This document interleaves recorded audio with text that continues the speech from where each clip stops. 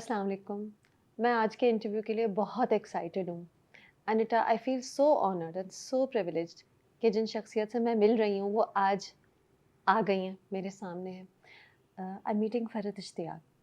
फ़रहत इश्तियाक वो राइटर हैं जिनके बहुत से ड्रामे, किताबें हमने एंजॉय की हैं। She is brought so much magic to our lives. ऐसी-ऐसी कहानियाँ हैं, ऐसे-ऐसे किरदार हैं जो हमेशा के लिए याद रहते हैं। लेकिन ये खुद बहुत कम सामने आती हैं। पीछे से लिखती रहती हैं और her passion, her love for what she does shows in the scripts that she writes, in the books that she writes. लेकिन खुद ये बिहाइंड द सीन्स रहती हैं।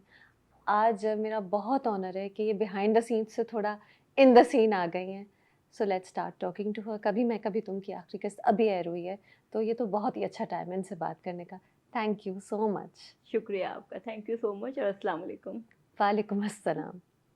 आखिरी किस्त आई है कभी मैं कभी तुम की। आसान तरीन आइस ब्रेकर क्वेश्चन ये है कि सोचा था ये इतना पॉपुलर होगा? हाँ, नहीं ये बिल्कुल भी नहीं सोचा था और जब लिख रही होती हूँ तो ये कभी सोचती भी नहीं हूँ, क्योंकि अगर ये सोच के लिखूँगी ना तो मेरी राइटिंग में वो प्योरिटी नहीं रहेगी, जो प्योरिटी राइटिंग में होनी चाहिए। अगर मेरे थॉट प्रोसेस ये होगा कि सक्सेसफुल होना है और इसको बहुत बड़ा ब्लॉकबस्टर बनना है, तो वो चीज़ निकल कर नहीं आएगी। उसमें राइटिंग के टाइम पर सिर्फ इमोशंस इन्वॉल्व होने चाहिए राइटर के।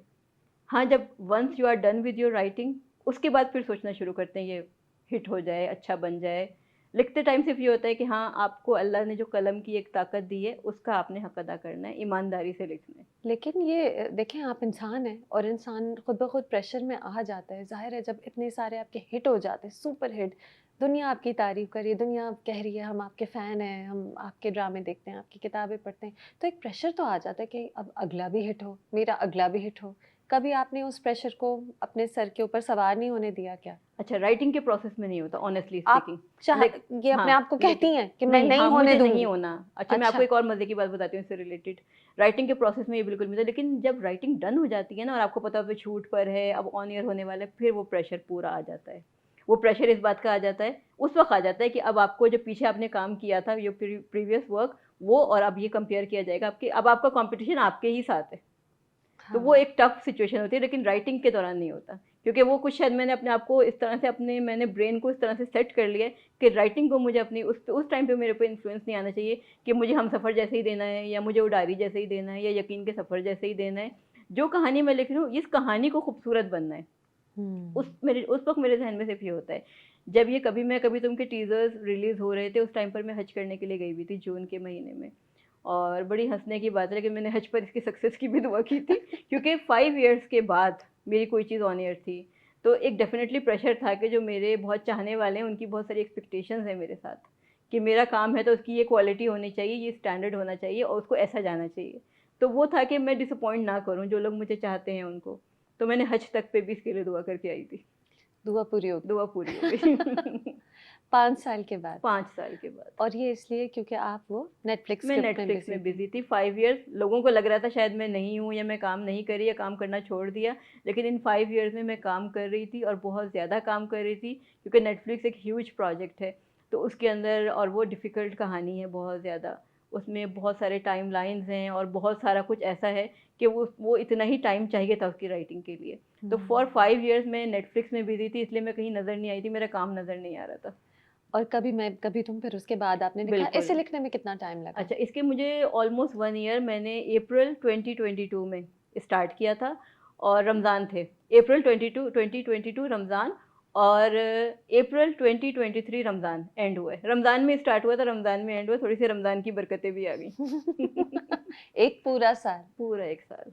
चलें, अब ड्रामे के फैन्स जो हैं वो आपसे पूछना चाहेंगे हुँ। कि इंस्पिरेशन क्या थी इस ड्रामे की? क्या इर्द-गिर्द आप अपने लोग देखती हैं और सोचती हैं कि ऐसी कहानी, क्या सोचती हैं? किस तरह वो शुरू कैसे होता है? इस कहानी के लिए ना मेरे माइंड में ये था, ज़्यादातर मैंने आज तक जो भी लिखा है ना, तो मेरी स्टोरीज़ में कभी भी फाइनेंशियल मसले उनकी ज़िंदगी के मसले नहीं होते, मेरी स्टोरीज़ में।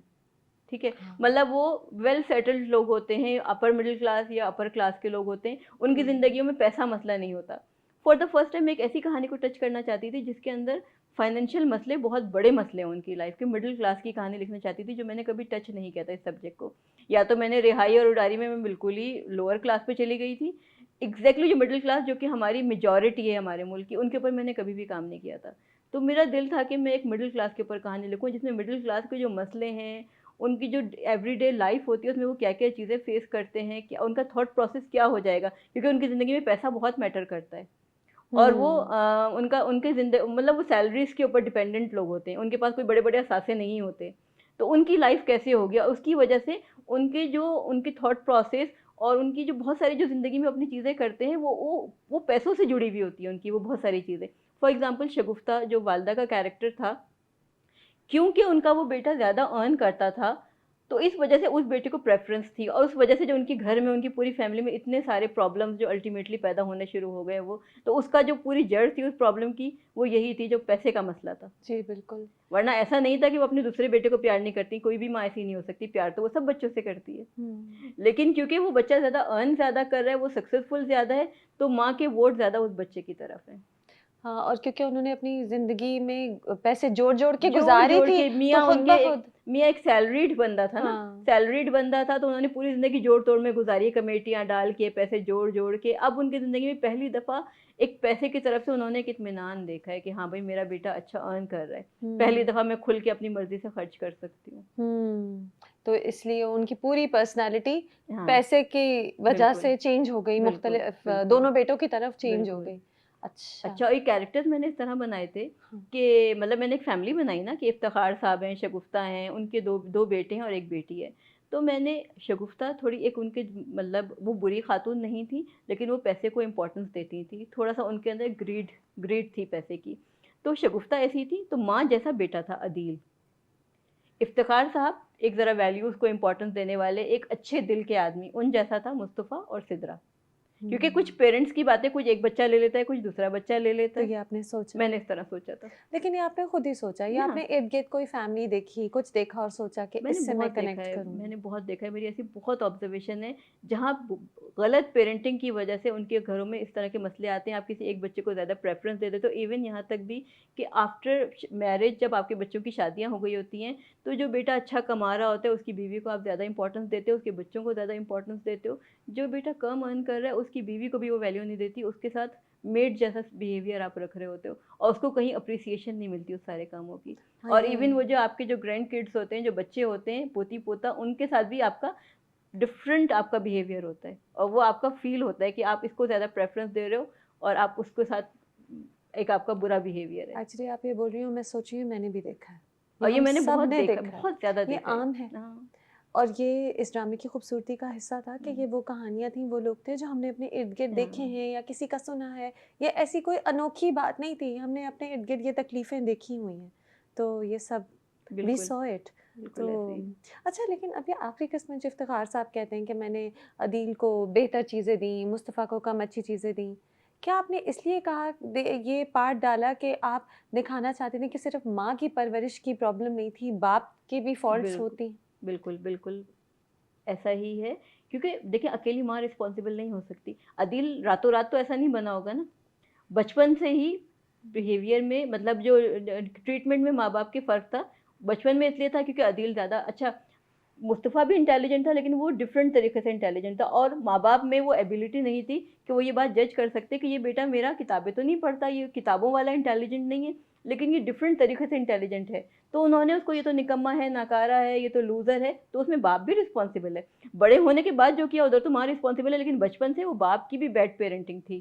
वो भी बिल्कुल। इक्वली रिस्पॉन्सिबल थे, क्योंकि हाँ। उन्होंने कहा ये बच्चा ज़्यादा शाइन करता है, ये मेरा स्टार किड है, इसको अच्छे स्कूल में पढ़ाओ, इसको ज़्यादा फैसिलिटीज़ दो। और यहाँ अगेन ये भी बताऊँगी कि ये भी मैंने देखा हुआ है कि जो पेरेंट्स जो बचपन में ज़्यादा अच्छी स्कूलिंग, ये वाला बच्चा ज़्यादा इंटेलिजेंट है ना, इस पे ज़्यादा हाँ, पैसे खर्च क्योंकि कर दो। पैसे भी कम हैं, तो हाँ, एक बच्चे पे एक पे लगा करा दिया। दो, इसको ओ लेवल्स, ए लेवल्स करा दो, उसको तो मोहल्ले के स्कूल में ही पढ़ा दो, कोई मसला नहीं पता है। नहीं सिद्रा के साथ उन्होंने क्या किया होगा? मैं तो ये सोच हाँ, रही थी। सिद्रा के साथ भी ऐसे ही क्यों, अगेन ये वाली थिंकिंग आई होगी जिस तरह का उनका था कि ये तो लड़की है, इसकी तो शादी ही हो जानी है, तो हुँ। इसको भी कहीं ऐसे ही छोटे-मोटे से स्कूल में पढ़ा दो। ज़्यादा जो हुँ। आप फ़ोकस रखो, क्योंकि बुढ़ापे का सहारा जो बनना है वो अदील ने बनना है। तो इसी के ऊपर हुँ। ज़्यादा इन्वेस्ट करो, क्योंकि ये जो इन्वेस्ट करेंगे ये कल हमें रिटर्न मिलेगा। अब वो बुरे लोग नहीं थे, मैं ये अगेन ये बता दूँ, इफ्तिखार साहब या शगुफ्ता बुरे लोग नहीं थे, उनके जो सर्कमस्टांसेस थे ना, वो उनसे ये फैसले करवा रहे थे।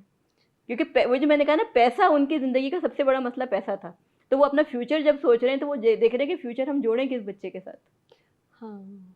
बुरे लोग नहीं थे, इंसान थे, हाँ, बुरे गलतियाँ लोग नहीं थे, करते थे, इंसान थे बिल्कुल। गलतियाँ करते थे। लेकिन अदील बुरा था और अदील रुबाब बुरी थी। अच्छा, लेकिन अच्छा अदील और रुबाब, अच्छा मुझे राइटिंग में ये होता है कि अगर मैं जो विलन कैरेक्टर्स या नेगेटिव कैरेक्टर्स बना रही हूँ ना, उनका भी एक फुल आर्क होना चाहिए। हुँ, एक एक कैरेक्टर होना चाहिए, मतलब कोई पूरा बुरा नहीं होता, कोई पूरा अच्छा नहीं होता। अल्लाह के बनाए हुए सारे इंसान हैं। अगर कोई बंदा कुछ बुरा एक्ट कर रहा है, तो उसका भी कोई पीछे रीज़न होगा। कोई उसकी जर्नी होगी, कोई चीज़ें होंगी जो अपने साथ एक बैगेज होगा जो लेकर आया होगा उस बैगेज को, जिसने उसको आज ऐसा बना दिया जैसा वो है। देखिए अदील का मुझे नहीं समझ आया हुँ, कि क्या वो उससे तो हमेशा से इतना लाडला बेटा हुँ, था, रुबाब का हुँ। बैगेज था, हाँ, राइट? बिल्कुल। रुबाब का बैगेज हाँ। डेफिनेट अदील का तो अच्छा, नहीं था अदील ना? का बैगेज मैं आपको अच्छा नहीं बताऊँ। बताएँ। अदील का बैगेज ये था कि वो जो उसको एक्स्ट्रा जो पेरेंट्स की तरफ से उसको बहुत ज़्यादा वो मिली ना एप्रिसिएशन, स्टार किड है, हमारा शाइनिंग स्टार है, हमारा ब्राइट बच्चा है। उस चीज़ों ने उसको करते-करते उसको एक सुपीरियॉरिटी कॉम्प्लेक्स में डाल दिया। अपने उस वर्ल्ड में जो उनके घर की दुनिया थी, वहाँ का तो वो बन गया हीरो। शहज़ादा, किंग उस जगह हुँ, का। अब उसके अंदर ये हो गया कि सब कुछ मुझी को मिलना चाहिए बिकॉज़ आई डिज़र्व दिस। तो वो जो हुँ, सुपीरियॉरिटी कॉम्प्लेक्स था ना, तो वो उसने उससे आगे जो चीज़ें कराई कि अब मुझे और से और से और से और क्योंकि मैं डिज़र्व करता हूँ। मैं कम चीज़ के ऊपर अब राज़ी नहीं होऊँगा। हुँ, आगे जाके जो उसकी जेलसी भी हुई ना कि शर्जीना को खुद अपनी मर्ज़ी से रिजेक्ट किया था, ठीक है? अब जब छोटे भाई की शादी हो गई तो तुम्हें प्रॉब्लम भी है, क्योंकि तुम्हें जेलसी हो रही है। मेन जो मसला था, ठीक है, वो अपने आया था फादर का सुन के, वो क्योंकि इतना बुरा बेटा नहीं था, वो बाप के इलाज कराने के लिए आया। हुँ, लेकिन जब उसने देखा कि मुस्तफ़ा और शर्जीना तो बड़े खुश रह रहे हैं, हैप्पीली मैरिड कपल है, वो अगर शर्जीना इसी के गम में आज तक रो रही होती, तो उसको बहुत अच्छा लगता। उसकी ईगो को बड़ी सैटिस्फैक्शन होती। भाई को खुश नहीं देखना भाई को चाहता खुश था, नहीं ना देखना चाहता, शर्जीना को। ना शर्जीना को कि मतलब मैंने रिजेक्ट किया था, ये मेरे इसने तो 2 दिन भी मेरा गम भी नहीं मनाया, इसने तो फ़ौरन मूव ऑन कर गई। तो मतलब मैं इतना इसके लिए वो था कि मूव ऑन करना इतना ईज़ी था इसके लिए। तो वो जो उसकी हुँ, इनसिक्योरिटी और जेलसी थी, उसी ने वो फिर आगे जो सारी जो हुआ उनकी फैमिली में जो सारी, वो उसी इनसिक्योरिटी और जेलसी ने रोल प्ले किया उधर। हुँ, सही। लेकिन अब ये अदील का जो एंड था, हुँ। कल बड़े मैंने कमेंट्स पढ़े ये ड्रामा इतना अच्छा है कि आप देखते हैं, आप कमेंट्स पढ़ते हैं, आप बस इन्वॉल्व हो जाते हैं इसमें पूरा और ये वैसे तो बहुत अच्छी डायरेक्शन बहुत अच्छी, एक्टर्स बहुत बहुत अच्छे, इसमें आपने लिखा भी बहुत अच्छा, अच्छा थैंक यू है। So much. मैं यहाँ पे शाउट आउट देना चाहूँगी बदर महमूद साहब को, जो हमारे डायरेक्टर थे। हुँ, उन्होंने बहुत, बहुत, बहुत बेहतरीन काम किया है और राइटर और डायरेक्टर एक पेज पे थे ना, इसलिए ये प्रोडक्ट ऐसा निकल कर आया है। और डे 1 से जब से इसकी स्क्रिप्ट राइटिंग शुरू हुई थी, बदर महमूद इसी स्क्रिप्ट में इन्वॉल्व थे मेरे साथ और हर 2-3 एपिसोड्स के बाद हम बैठते थे, हम डिस्कशन करते थे। तो उनको और फिर हमारे साथ परीसा होती थी, जो बिग बैंग में होती हैं। तो हम 3 लोग बैठते थे, हमारी डिस्कशंस होती थी और हर 3-4 एपिसोड्स के बाद हम लोग एक सिटिंग रखते थे जिसमें हम डिस्कशंस करते थे एपिसोड्स के ऊपर। यानी अब वो सारी साथ-साथ वो लोग एपिसोड्स पढ़ रहे थे। यानी ये सारे शूट्स और ग्लैमर और सब सेलिब्रिटीज़ से पहले इतना लंबा बिल्कुल, बैठ के लिखने और बिल्कुल, पढ़ने और रिसर्च का बिल्कुल, बिल्कुल। प्रोसेस था। पूरा पूरा 1 साल। पूरा 1 साल। अच्छा तो वो मैं कमेंट्स में पढ़ी थी कि अदील तो बस छूट गया, हुँ, बस मुस्तफ़ा ने रिहा कर दिया, उसके साथ कुछ बुरा क्यों नहीं हुआ? हुँ, उसके तो पैसे बाहर हैं बैंक बैलेंस में, अब वो सेट हो जाएगा।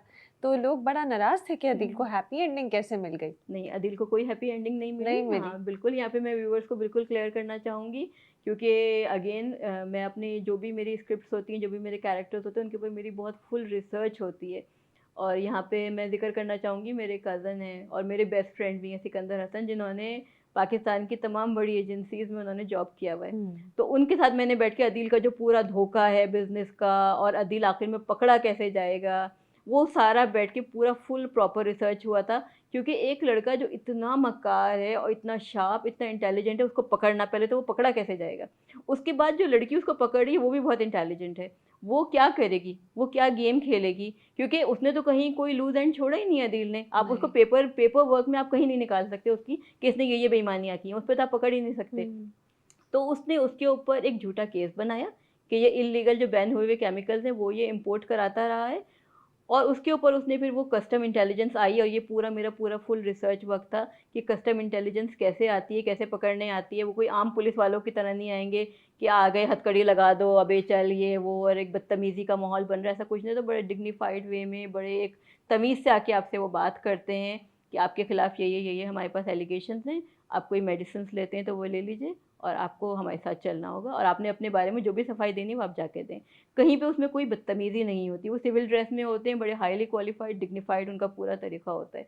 और इस तरह के केसेस में जब आप पकड़े जाते हैं, तो अदील को अभी कोई माफ़ी नहीं मिली। ये वाले केसेस पूरी पूरी जिंदगियां चलते हैं, फंसा रहेगा केस फंसा में। रहेगा। इसका इसका फ्यूचर खराब हो गया, इसका करियर खराब हो गया, कौन सा बाहर का पैसा और कैसा बाहर का पैसा। ये अब मुल्क छोड़ के ही नहीं जा सकता है, क्योंकि ये जमानत पे रिहा हुआ है, जमानत पे रिहा हुआ है। इसके ये केस चलता रहेगा, हियरिंग्स होती रहेंगी, और ये मुल्क छोड़ के बाहर नहीं जा सकता। तो इसकी कोई हैप्पी एंडिंग नहीं हुई है। इसका फ्यूचर खराब है, इसका करियर खराब है, इसकी ज़िंदगी खराब है। चलें ये सेट है। अब हमें समझ आ गई कि कोई हैप्पी एंडिंग नहीं हुई, वो कोई सिर्फ हैप्पी छुट्टा है एंडिंग नहीं, जेल से। बिल्कुल। और लेकिन रुबाब की आपको नहीं लगता हैप्पी एंडिंग है? उसने तो कह दिया कि अब मैं ट्रैवल करने जा रही हूँ। इतना उसने खराबी की, उनको घर से बाहर निकलवा दिया, चोरी का इल्जाम।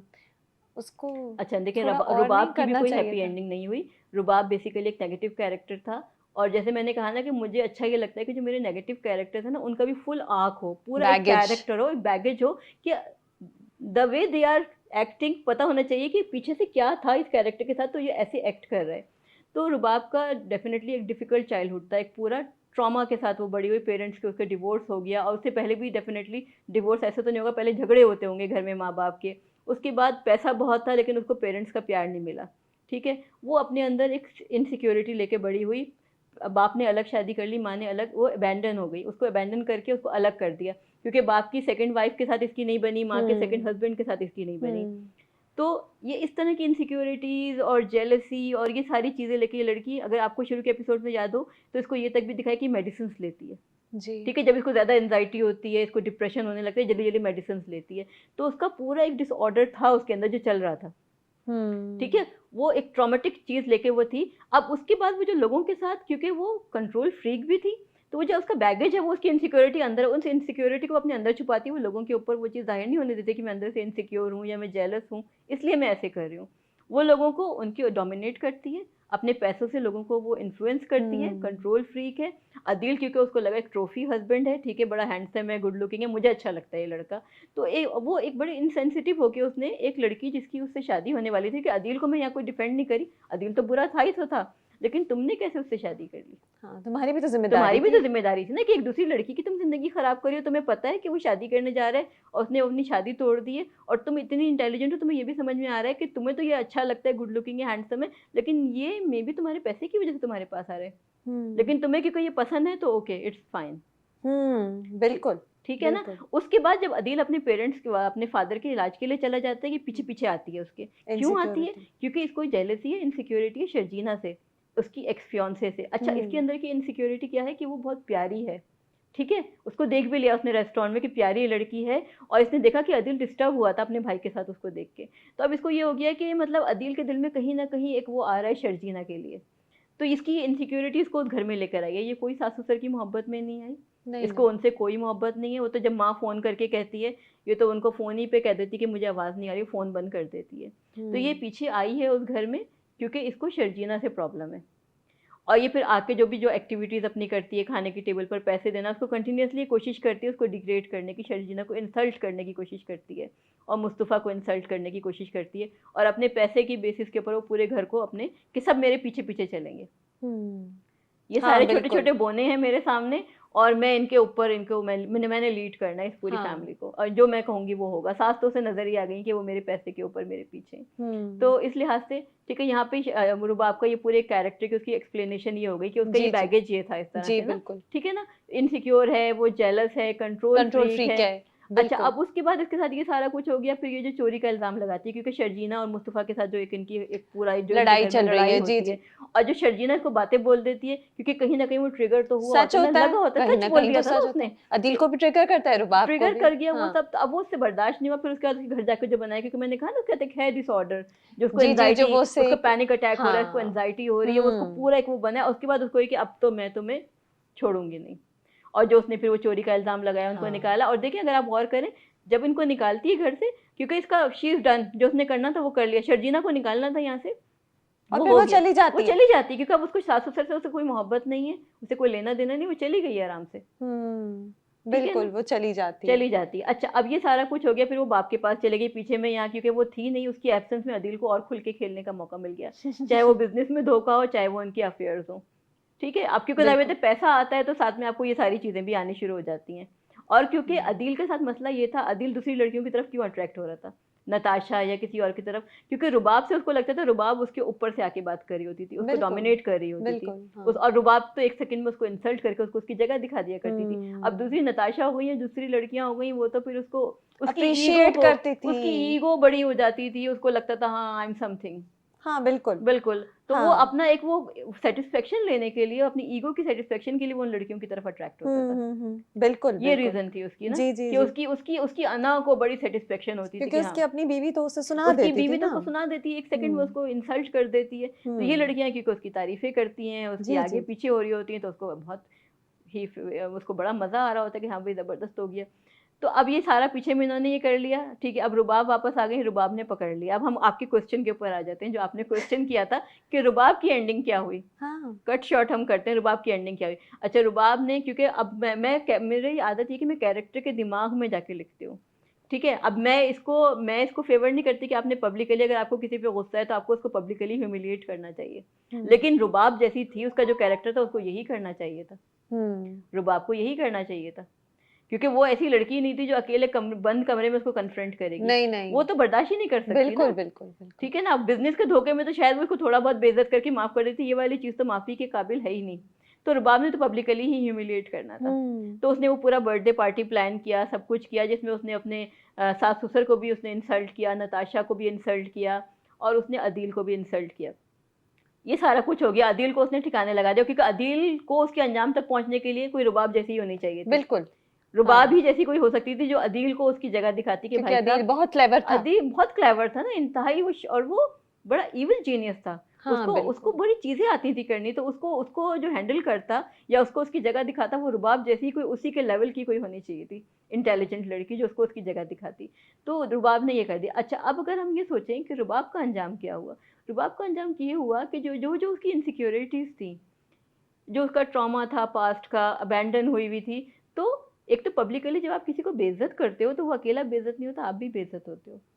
आपने अपने हस्बैंड को बेइज्जत किया ना, हस्बैंड को, फ्रेंड को, तो तुम्हारा हस्बैंड, एक बात मैं कह रही हूँ कि मतलब तुम्हारा हस्बैंड जो है वो किसी और के साथ चीट कर रहा था, तुमने पब्लिकली शौहर को बेइज्जत कर दिया, लेकिन जब आपने अपने आप को भी तो इंसल्ट किया ना उसके साथ साथ, अपनी भी इंसल्ट कराई, खाली उसकी अकेले की इंसल्ट नहीं हुई। बंद कमरे में कन्फ्रंट कर लेती तो खाली उसकी इंसल्ट होती, तुमने पब्लिकली ह्यूमिलिएट किया। जब अब तुमने कहा सोशल मीडिया पे इसको वायरल भी करें, इसको सब जगह फैलाएं, ये करें वो करें, तो किसके बारे में बात हो रही है? तुम्हारे रुबाब बारे के में हस्बैंड के ऑफ बारे में कोर्स बात हो रही है, रुबाब के बारे में बात हो रही है। और किया भी उसकी बेस्ट फ्रेंड के बिल्कुल। साथ। अच्छा, अब उसको तो परवाह नहीं है, रुबाब के कैरेक्टर को परवाह नहीं, क्योंकि वो थी ही लड़की ऐसी, उसको करना ही यही था।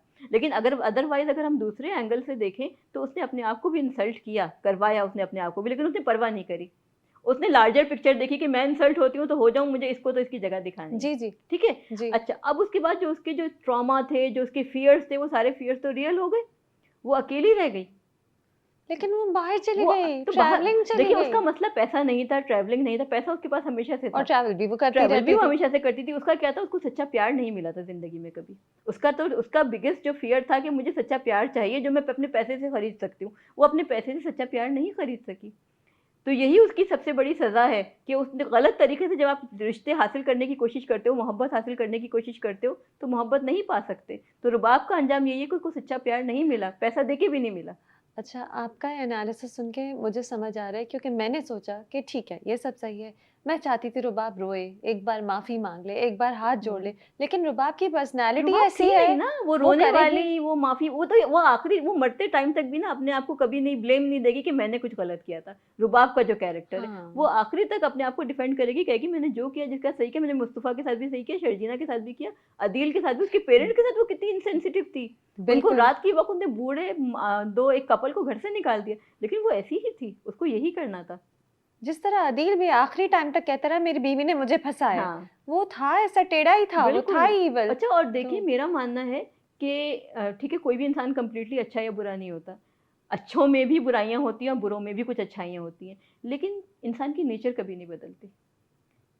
अगर जिसकी नेचर में नेगेटिविटी ज़्यादा है ना, या उसके अंदर एरोगेंस है, या जो जो भी आपके जो बेसिक कोई भी कैरेक्टरिस्टिक्स हो सकते हैं ना, आपकी नेचर नहीं चेंज होती। बिल्कुल।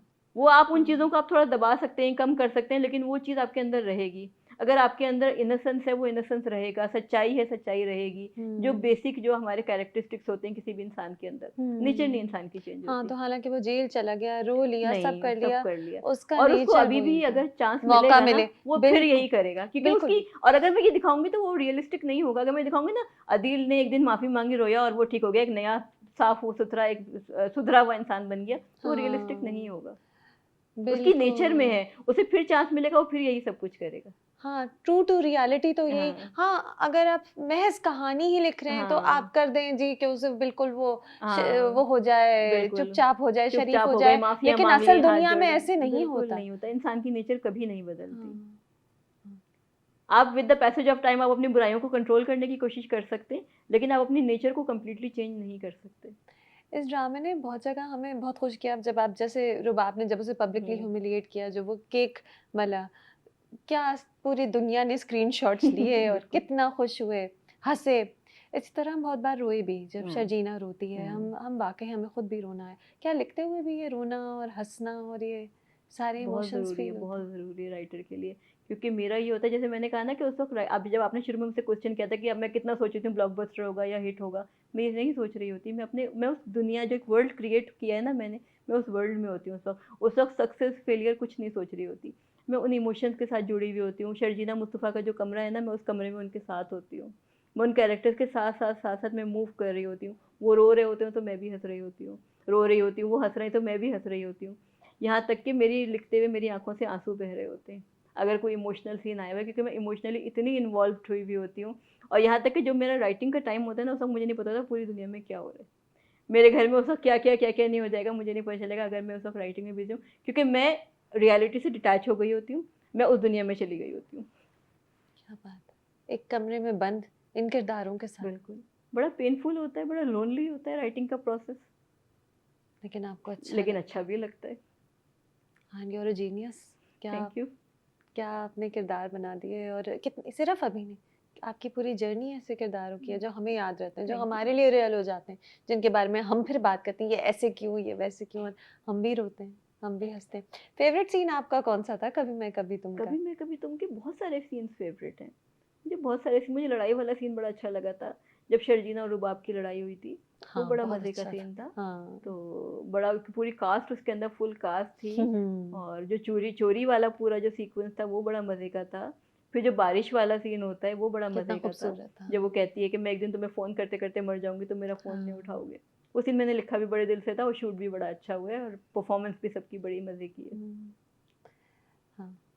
सही बात है। इस स्क्रिप्ट की ये भी बड़ी खूबसूरत बात थी कि और आई थिंक कि सभी ने महसूस किया होगा कि हर एपिसोड में हमें कोई एक ऐसा सीन मिलता था जो हम कहते थे कि ओह! ये क्या हो गया, या हमेशा एक कोई ट्विस्ट होती थी। जैसे मैं आपको बताऊँ, जो मुस्तफ़ा और शर्जीना के ये एंड में दूरी थी, जब हमें तकलीफ़ हो रही थी, तो साथ-साथ अदील और रुबाब की स्टोरी पिक करी हुई थी। तो बिल्कुल। उधर हमें रिलीफ़ मिलता था क्योंकि हाँ। अदील को ठिकाने लगाया जा रहा था। हुँ, हाँ, उधर हम सैड हो रहे थे। बट हुँ। ये जो कॉन्ट्रास्ट था ना, इससे फ्लो बहुत अच्छी थी। ये आपने सोचा था कि कॉन्ट्रास्ट रखूँगी सीन्स में हाँ, ताकि बिल्कुल, बिल्कुल, ये मेरी एक कॉन्शियस एफर्ट थी। जैसे होता है ना कि with the passage of time, जैसे-जैसे मैं लिख रही हूँ, तो मैं खुद भी तो इवॉल्व हो रही हूँ ना एज़ अ राइटर, और अपने आप को इम्प्रूव हुँ, करने की कोशिश कर रही हूँ। तो हुँ, मतलब ये टेक्निक मैंने इसमें इंटेंशनली और कॉन्शियसली मैंने इसके अंदर रखी थी कि दोनों ट्रैक्स में कुछ ना कुछ बहुत साथ-साथ चलना चाहिए। हुँ। एक ट्रैक ऐसा नहीं होना चाहिए कि एक में तो बहुत कुछ हो रहा है और दूसरा बिल्कुल आपका लगे कि एक ही जगह पे आके कहानी रुक गई है। हाँ। आपकी स्टोरी मूव करनी चाहिए दोनों ट्रैक्स में, पॉइंट ए से पॉइंट बी पे आपको जाना है, दोनों ट्रैक्स में। तो ये कॉन्शियस एफर्ट थी। कभी मैं कभी तुम में बहुत सी डिटेल्स भी थी, जैसे कि अभी आपने बताया कि अदील ने किस तरह चोरी की, किस तरह अरेस्ट हुआ, वो सब रिसर्च थी। और भी बड़ी चीज़ें थी मुस्तफ़ा की जर्नी में। आप बताएँ, क्या ये बहुत वेल रिसर्च था? मुख्तलिफ पार्ट्स क्या आपने बहुत पता कर के बारीकियों में जा के लिखा था जी, क्या? बिल्कुल, अब ये मेरी अच्छी आदत है या बुरी आदत है, मैं बहुत ज़्यादा अच्छी आदत है। क्रेज़ी रिसर्च करती हूँ मैं। और इतनी क्रेज़ी रिसर्च करती हूँ कि मतलब जितना मैंने रिसर्च किया होता है ना, उसका आधे का आधा भी नहीं शायद मैंने इंक्लूड किया होता है, जितनी मैंने रिसर्च की हुई होती है। हुँ। अब जैसे फॉर एग्ज़ाम्पल इसमें बताऊँ, जो मुस्तफ़ा का जो एक गेमिंग का एक बंदा, एक बच्चा, एक जेन ज़ी का एक लड़का था बेसिकली, जो गेमिंग का जिसको शौक है, वो गेम्स बनाता भी है, गेम खेलता भी है। अब क्योंकि मैं तो जेन ज़ी की हूँ भी नहीं, और मुझे कोई कंप्यूटर गेम्स में कोई इंटरेस्ट भी नहीं, लेकिन नहीं कैरेक्टर है? ये था, अच्छा। ठीक है? हुँ, मुझे कैरेक्टर यही बनाना था, मुझे हुँ। कंप्यूटर गेम्स में कोई इंटरेस्ट नहीं है। तो 2022 में जब मैंने इसको लिखना स्टार्ट किया था, मेरा भांजा है हसन, उसने जस्ट पास आउट किया था, कंप्यूटर साइंसेज में ही उसने पास आउट किया था यूनिवर्सिटी से अपने बैचलर्स करके। मैंने उसको बिठाया, मैंने कहा आ जाओ बेटा और अब खाला की हेल्प करो, और मुझे एक कैरेक्टर बनाना है गेमर लड़के का। फिर मैंने उसको अपनी पूरी सिचुएशंस बताई, सारा कुछ बताया, और वो मुझे अपने जो जो मुस्तफ़ा का जो पूरा कैरेक्टर बना है एज अ गेमर, वो पूरा मेरे भांजे ने, हसन ने मेरे साथ बनवाया है। और मैंने कहा एक ही दिन में उसको 50,000 कमा कर लेकर आने, मुझे बताओ ये कैसे होगा कि बिलीवेबल भी हो कि आज ही आज में 50,000 कमा कर लिया है, क्योंकि इसकी बीवी ने इसकी तारीफ कर दी और उसने बीवी को खुश करना है और उसको कमाई करके ला के देनी है, जिसके ऊपर फिर वो जाते हैं ग्रोसरी करके आते हैं घर की एंड एवरीथिंग। फिर जब वो होता है जोसेफ का धोखा, हाँ वो हाँ सारा उसने मेरे साथ बनवाया कि जोसेफ कैसे धोखा देगा। अब वो किस तरह बैठ के अपने उस पर देख रहे होंगे जब वो लाइव उनका गेम स्ट्रीम हो रहा होगा, स्ट्रीमिंग हो रही होगी लाइव, और जोसेफ कैसे पूरा क्रेडिट इससे स्नैच कर लेगा, ये किसे हर्ट होगा, वो सारा कुछ ईच एंड एवरीथिंग, वो सारी जो डिटेलिंग थी गेमिंग की, हरिकेन जो बन रहा था गेमिंग में क्या क्या हो रहा है। अच्छा जब ये शर्जीना से बात करते हैं ना अपने गेम के बारे में, वो सारी बातें क्या हो रही थी कि भाई मेरा मेरा मुझे ये चीज़ें नहीं हो रही अभी। जब स्टार्ट में जब अपने फ्लैट में रह रहे होते हैं, वो उसको एक दफ़ा नर्सरी भी बुलाती है, वो कहता है अभी तो मैं जोसेफ के साथ बात कर रहा था। वो जो उनकी सारी टॉक थी, कॉन्वर्सेशन थी, वो सारा रिसर्च हुआ था, जो बहुत टेक्निकल वर्ड्स कहीं टेक्निकल कहीं वर्ड्स, डाले वो जाते हैं टेक्निक वो सब रिसर्च एग्जैक्टली होते हैं। एग्जैक्टली, वो जो जो बातें उससे बोल रहा होता है ना, अभी मैं नहीं आ सकता, अभी तो ये हो रहा है, और हमारी कोडिंग सही नहीं हुई, हमारा ये सही नहीं, हमारा वो सही नहीं हुआ, वो सारा वो रिसर्च था। फिर लास्ट में जो इनका डैन मूसा बना कि एक बंदा आया, उसने इसको हायर किया, उसने डैन मूसा बना। फिर उसके बाद मैंने कहा भाई मेरे हीरो ने ना आखिर में अमीर होना है और उसने करोड़पति बनना है। वो कहने लगा कैसे? भाई आप ये कैसे मैं भी करोड़पति, कह रही हूँ कि कैसे। मैंने कहा हाँ उसको बिलीवेबल भी होना चाहिए क्योंकि बहुत ठोकरे खा लिए। हाँ अब हाँ। इसको ना आखिर में अमीर होना है मेरे हीरो को, इसको बिलीवेबल और रियलिस्टिक मुझे बताओ। कहने लगा आपको इन्वेस्टर लाना पड़ेगा, इन्वेस्टर लाए बगैर आप उसको बिलीवेबल और रियलिस्टिक नहीं बना सकती। तो वो इन्वेस्टर साहब दुबई से ले आई आप दुबई से इन्वेस्टर। तो वाकई आखिरी किस्त में तो वो इतना अमीर कबीर हो गया, हाँ भाई के लिए लॉयर लिया, हाँ जमानत की, घर बिल्कुल खरीदा, बिल्कुल इतना कुक भी है, मेड भी बिल्कुल। है, फुल ऑन अच्छा और इक्विप्ड इसमें घर है रिसर्च, उसका। हाँ बिल्कुल ऐसा ही है। मतलब मुझे भी नहीं पता था कि गेमिंग इतनी बड़ी इंडस्ट्री है, जब तक कि ये स्क्रिप्ट मैंने नहीं लिखा था, हाँ मुस्तफ़ा का कैरेक्टर मैंने नहीं बनाया था, मुझे खुद नहीं पता था। जब मैं जैसे कह रही हूँ ना अपने मेरे भांजे से हसन से अब मेरी बातें होती रही, फिर वो मुझे लिंक्स शेयर कराता था, आप ये देखें, आप ये देखें, आप ये पढ़ें, आप ये देखें। तो जैसे जैसे मैं उस रिसर्च में जाती गई तो मुझे अंदाजा कि कितनी बड़ी इंडस्ट्री है गेमिंग, और खाली गेम खेल कर भी लोग कितना कुछ अर्न कर रहे हैं। और कितना मतलब मुस्तफ़ा एक इंतहाई इंटेलिजेंट, एक इंतहाई जीनियस लड़का था, जिसकी फैमिली ने, पेरेंट्स ने उसको स्पॉइल कर दिया था। मतलब उसकी उस जहानत को उस लड़की ने निकाला। तो मतलब मेरी हीरोइन जो थी वो वाकई हीरोइन थी शर्जीना, कि एक लड़का जो बिल्कुल एक लूज़र है, जिसको सबने कह दिया, उसने भी मान भी लिया है कि हाँ मैं लूज़र हूँ। वो लड़की उसको नीचे से उठाकर लेकर आई है। उसने पहले तो अब वो इन्फीरियरिटी कॉम्प्लेक्सेस का भी शिकार था मुस्तफ़ा, उसके अंदर मुस्तफा का थे। मसला ये था कि वो अपने आप को वर्दी ही नहीं वर्दी समझता नहीं था। समझता था उसके अंदर। पहले तो उसने वो यकीन पैदा कराया कि तुम बहुत कुछ हो, तुम बहुत कुछ कर सकते हो। तो हम्म। मेरी तो हीरोइन जो है वो शर्जीना है। शर्जीना मेरी अच्छा। हीरोइन है, जो एक लड़के को नीचे से उठाकर लेकर आई और उसने उसकी जिंदगी बना दी। हम्म। और उसको उसने, और उसका हाथ पकड़ के, जो उसने कहा था ना कि हम दोनों अलग अलग नहीं, हम में मैं और तुम नहीं होता, हम हैं, हाँ हम एक हैं। तो हाँ। उसने उसका हाथ पकड़ के कि हम साथ साथ चलेंगे, और तुम्हारी सक्सेस मेरी सक्सेस है, मेरी सक्सेस तुम्हारी सक्सेस है। तो उसने ऐसे ही किया ना उसके साथ, कि उसने उस बिल्कुल। लड़के को ये यकीन दिला दिया कि तुम बहुत कुछ कर सकते हो, क्योंकि वो इंटेलिजेंट लड़की थी। उसने उसके अंदर जो उसके अंदर जो काबिलियत सारी दुनिया को नजर वो भी नहीं आ रही पहचानी। थी, वो उसने पहचान ली। और उसने कहा कि मैं चाहती हूँ तुम्हारी जो काबिलियत शाइन करे, सारी दुनिया को नजर आए। लेकिन जब शाइन करी तो उसका, शर्जीना का मूड ऑफ हो गया, शायद वो हार्मोनल चेंजेस होते हैं हार्मोनल प्रेगनेंसी से चेंजेस भी थे रिलेटेड। डेफिनेटली, जाहिर है वो सेंसिटिव हो गई थी, वो प्रेग्नेंट हम्म। थी। लेकिन शर्जीना कहीं पर भी मैं उसको वो, अच्छा ये इस सिचुएशन में मैं ये कहूँगी कि ना शर्जीना गलत थी ना मुस्तफ़ा गलत था, और मैंने इसको इंटेंशनली ऐसा ही बनाया था। मैं ये चाहती थी कि इस सिचुएशन में जब ये इसकी प्रेगनेंसी है, उधर मुस्तफ़ा स्ट्रगल कर रहा है, कि मेरी ऑडियंसेस दोनों के साथ कनेक्ट करें और उनको दोनों में से कोई भी बुरा ना लगे। हाँ, हमें दोनों की दोनों को तकलीफ समझ आ रही थी। आपको सब तकलीफ समझ में, और आप अंडरस्टैंड करें कि ये लड़की अपनी जगह पे सही है, वो लड़का अपनी जगह पे सही है। इस सिचुएशन में बुरे उनकी सर्कमस्टांसेस इस वक्त ऐसे हो गए, हालात और टाइमिंग ऐसी हो गई है उस चीज़ की, कि जो प्रॉब्लम उनको दे रही है, अदरवाइज ये दोनों आज भी एक दूसरे से उतना ही प्यार करते हैं, और दोनों में से गलत और बुरा कोई भी नहीं है। अच्छा नहीं, लेकिन हमने ऑडियंस ने बड़ी साइडें ली थी। हाँ टीम बिल्कुल। मुस्तफा, टीम शर्जीना बहुत था हमारा। राइटर की दोनों टीमें थी, राइटर की एक कॉन्शियस एफर्ट थी कि मुस्तफ़ा भी अपनी जगह सही है, शर्जीना भी अपनी हाँ जगह लेकिन सही है। हाँ, और वाकई हमें पता था कि मिसअंडरस्टैंडिंग्स हैं, मिसअंडरस्टैंडिंग है, हैं दोनों अच्छे, दोनों अच्छे, दोनों प्यार करते हैं। कम्युनिकेशन गैप आ गया। लेकिन जाहिर है जब मोहब्बत होती है तो फिर आप बहुत सारी मोहब्बत तो थी ना, अल्टीमेटली जो हैप्पी एंडिंग इनकी हुई है, मोहब्बत तो थी, एक दूसरे के बगैर नहीं रह सकते। एक वक्त ही उनके दरमियान दूरी आ गई, कम्युनिकेशन गैप आ गया, लेकिन एक दूसरे के बगैर रह भी नहीं सकते थे। हैप्पी एंडिंग भी आपने बड़ी टेंशन दे के दी। पहले जी वो माँ-बाप गए नहीं आई, हाँ, फिर वो पार्क में मिले नहीं आई, फिर हमने कहा ये क्या? फिर लेकिन आई थिंक ये एक टेंशन बिल्डअप करने के बिल्कुल। लिए और एंटिसिपेशन बिल्डअप बिल्कुल करने के लिए एंटिसिपेशन भी है। बहुत अच्छी रहती है। बिल्कुल, और एक एक रीज़न और भी है, जब आप किसी से बहुत मोहब्बत करते हैं ना, तो आपको उसकी छोटी-सी चीज़ से भी तकलीफ़ बहुत बड़ी होती है। हुँ। शर्जीना क्योंकि उससे मोहब्बत बहुत करती थी ना, तो उसको ये उसकी उसके माइंड में क्या चल रहा था, उसको लगता था कि प्रेगनेंसी की न्यूज़ से खुश नहीं हुआ। अब वो तो उसने सोचा था ना, वो उसने बोला नहीं था उससे, शर्जीना से, कि मैं खुश हाँ। हूँ। उसको ये लगता था ये खुश नहीं है, और उसने उसको ब्लेम नहीं दिया कि बच्चा इसकी वज़ह से चला गया, इसकी वज़ह से ये सारा कुछ हो गया। लेकिन उसको ये लगता था कि ये खुश ही नहीं था। ये हाँ, खुश उसे नहीं पता ही था, नहीं था कि ये उसको खुश उसको है। इस बात से तकलीफ़ हुई हाँ, थी। तो मैंने जो कहा ना, जब आप किसी से बहुत मोहब्बत करते हैं, तो फिर उसको माफ़ करना भी थोड़ा-सा मुश्किल हो जाता है, क्योंकि आपने मोहब्बत बहुत टूट के की होती फिर है। वो खत मिल जाता है। फिर अच्छा वो ये ना लास्ट एपिसोड असल में हम सबने इतने प्यार से, इतने शौक से देखा, ज़ाहिर है पूरा ड्रामा इतने शौक से देखा है। अंधेरे फ्लैट में टॉर्च से शर्जीना की शक्ल लाइट अप हो जाती है, लाइक उसकी ज़िंदगी में रोशनी उसी हुँ। से उसी तरह। ये आप स्क्रिप्ट में लिखती हैं? ये सब छोटी-छोटी बारीकियाँ? हाँ, देखिए मेरे मेरे स्क्रिप्ट में स्क्रीन प्ले में बहुत डिटेल में लिखती हूँ। वैसे तो ख़ैर डेफ़िनेटली क्रेडिट बदर महमूद साहब को, हमारे डीपी को, सबको जाता है, क्योंकि मैंने लिखा है, उन्होंने उसको एग्ज़ीक्यूट किया, उसको ट्रांसलेट किया स्क्रीन पे। लेकिन उनके उनके काम का तो क्रेडिट बिल्कुल उन्हीं का ही है डेफ़िनेटली। लेकिन मेरे स्क्रिप्ट की जहाँ तक बात है ना, मैं अपने स्क्रिप्ट में स्क्रीन प्ले जो होता है ना, 2 पोर्शन्स होते हैं आपके स्क्रिप्ट के, एक डायलॉग होता है, एक स्क्रीन प्ले होता है। तो स्क्रीन प्ले में आपने पूरा सिनेरियो एक्सप्लेन किया होता है, किरदार जो आपके कैरेक्टर्स हैं उनके आपने मूड मिजाज बताया होता है सारा, ओवरऑल एम्बियंस बताया होता है, अगर रूम है तो रूम का क्या। तो वो मेरी डिटेलिंग बहुत ज़्यादा होती है लिखने की, सब आपने इमेजिन किया पूरा हुआ है। इमेजिन है, क्योंकि मैंने कहा ना, मैं उस जगह चली गई होती हूँ।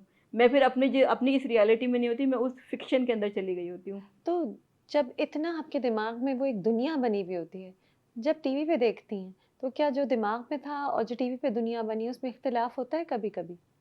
नहीं, कभी मैं कभी तुम में तो बिल्कुल भी नहीं हुआ, क्योंकि नहीं। बदर ने वाक़ई में, बदर महमूद साहब ने बहुत अच्छा काम किया, कहीं पे भी नहीं लगा, और उन्होंने मतलब स्क्रिप्ट को पूरा हक़ अदा किया है। लेकिन कभी-कभी हो भी जाता है ऐसा, क्योंकि हाँ। इंसान हैं, लिखना में कभी-कभी और उस चीज़ का ट्रांसलेट होने में, एग्ज़ीक्यूशन में कहीं न कहीं कोई फ़र्क आ जाता है, तो हो भी जाता है ऐसा। लेकिन कभी मैं, कभी तुम में ऐसा नहीं बिल्कुल हुआ, नहीं हुआ। वही आप लोग शुरू से कोलैबोरेट भी कर रहे थे हमने ना, आप कह रही कोलैबोरेट हैं किया 2-2 था, बिल्कुल, एपिसोड्स के बिल्कुल, बाद हाँ, वो बिल्कुल, मिलते बिल्कुल। थे, और रीड करते बिल्कुल, थे। बिल्कुल हम बैठते थे, हम विज़न एक सेम एक थी। विज़न सेम था, एक पेज पे थे राइटर डायरेक्टर। जो मेरा हुँ। थॉट प्रोसेस था, बदर महमूद साहब का भी वही थॉट प्रोसेस था, कैरेक्टर्स को लेके ना, तो इसलिए कहीं पर भी हमारी सोच में डिफरेंस नहीं आ रहा था।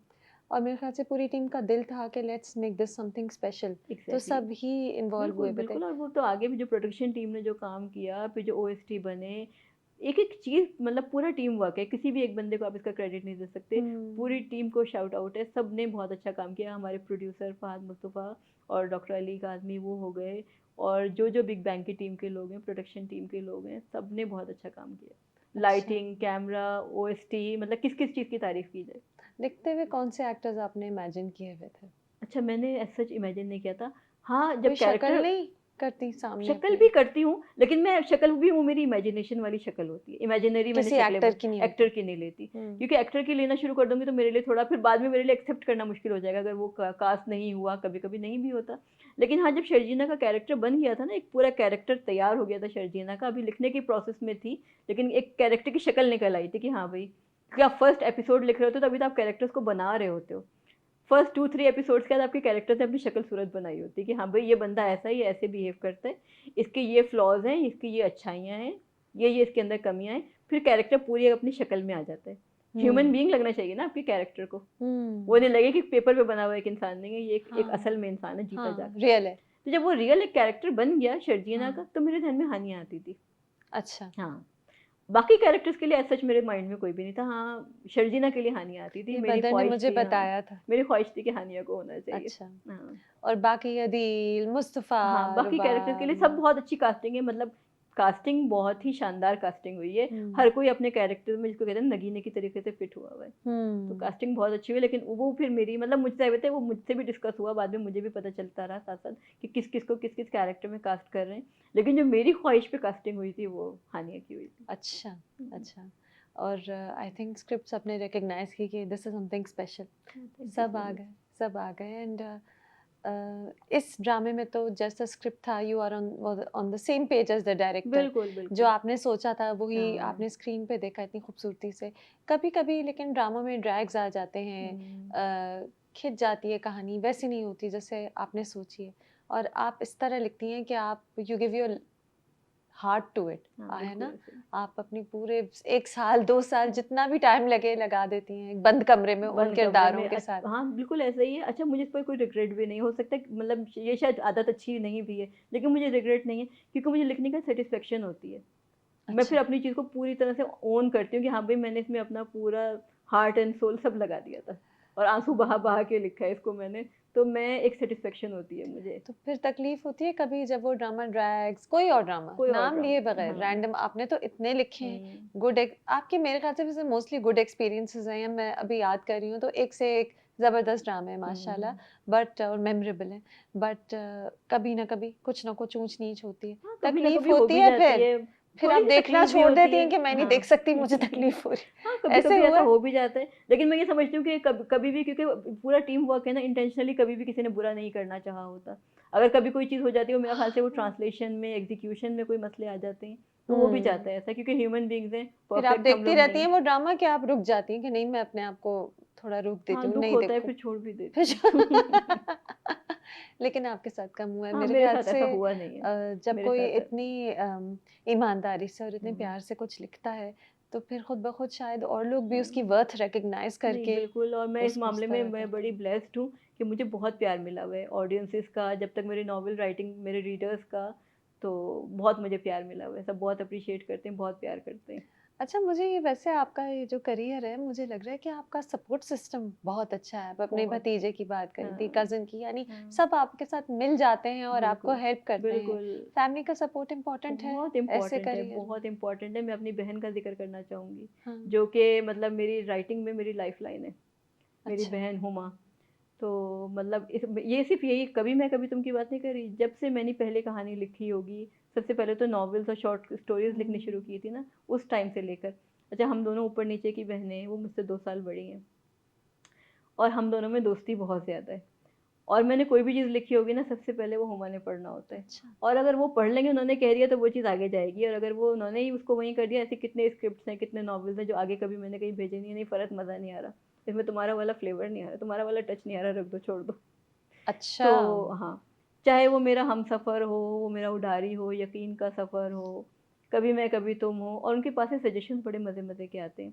आपको कुछ सीन्स बताऊँ कभी मैं कभी तुम के। इनकी वेडिंग नाइट थी, मुस्तफ़ा और शर्जीना का, मैं सीन लिख रही थी वेडिंग नाइट का।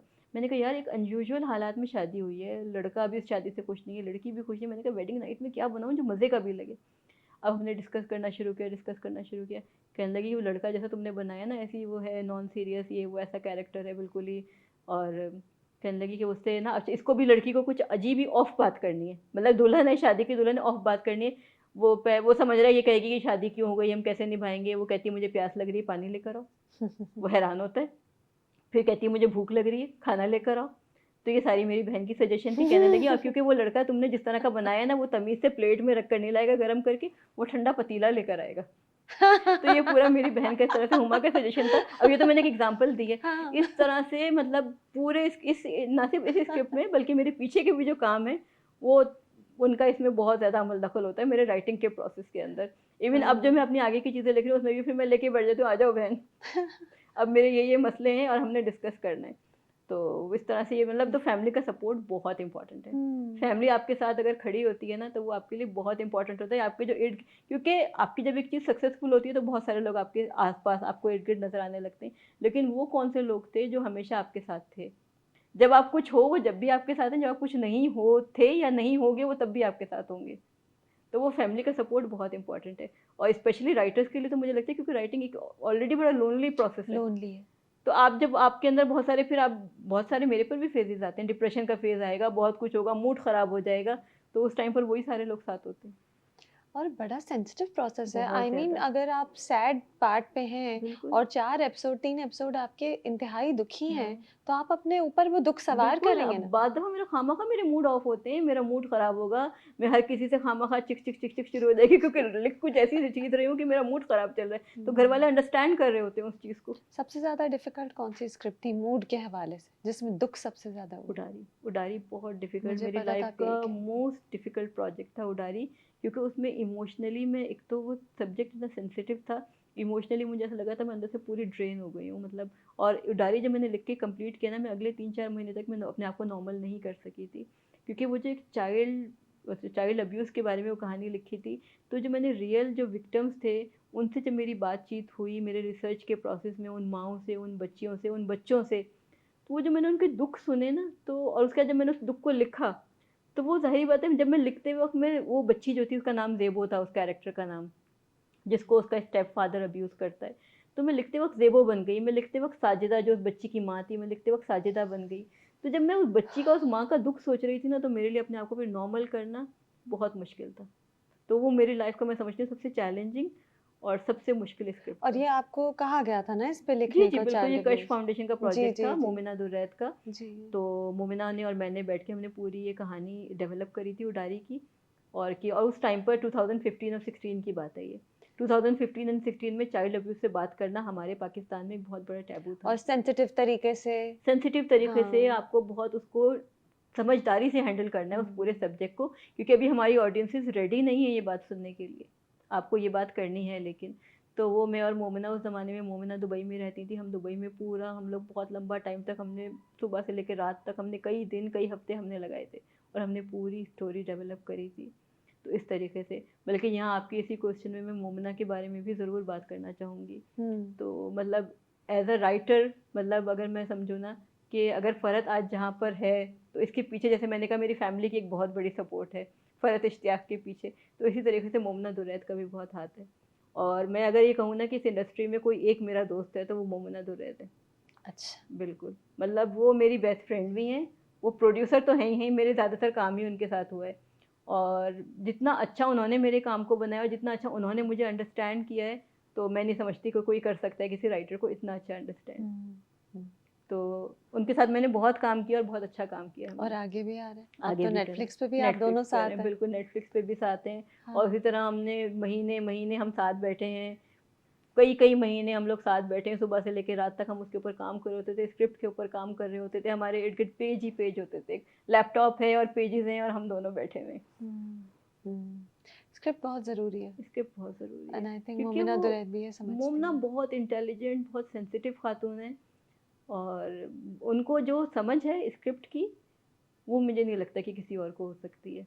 और कहानी बुनी कैसे जाती है उसकी जो मोमना को समझ है, वो उन जैसी मुझे नहीं लगता किसी और के पास हो सकती है।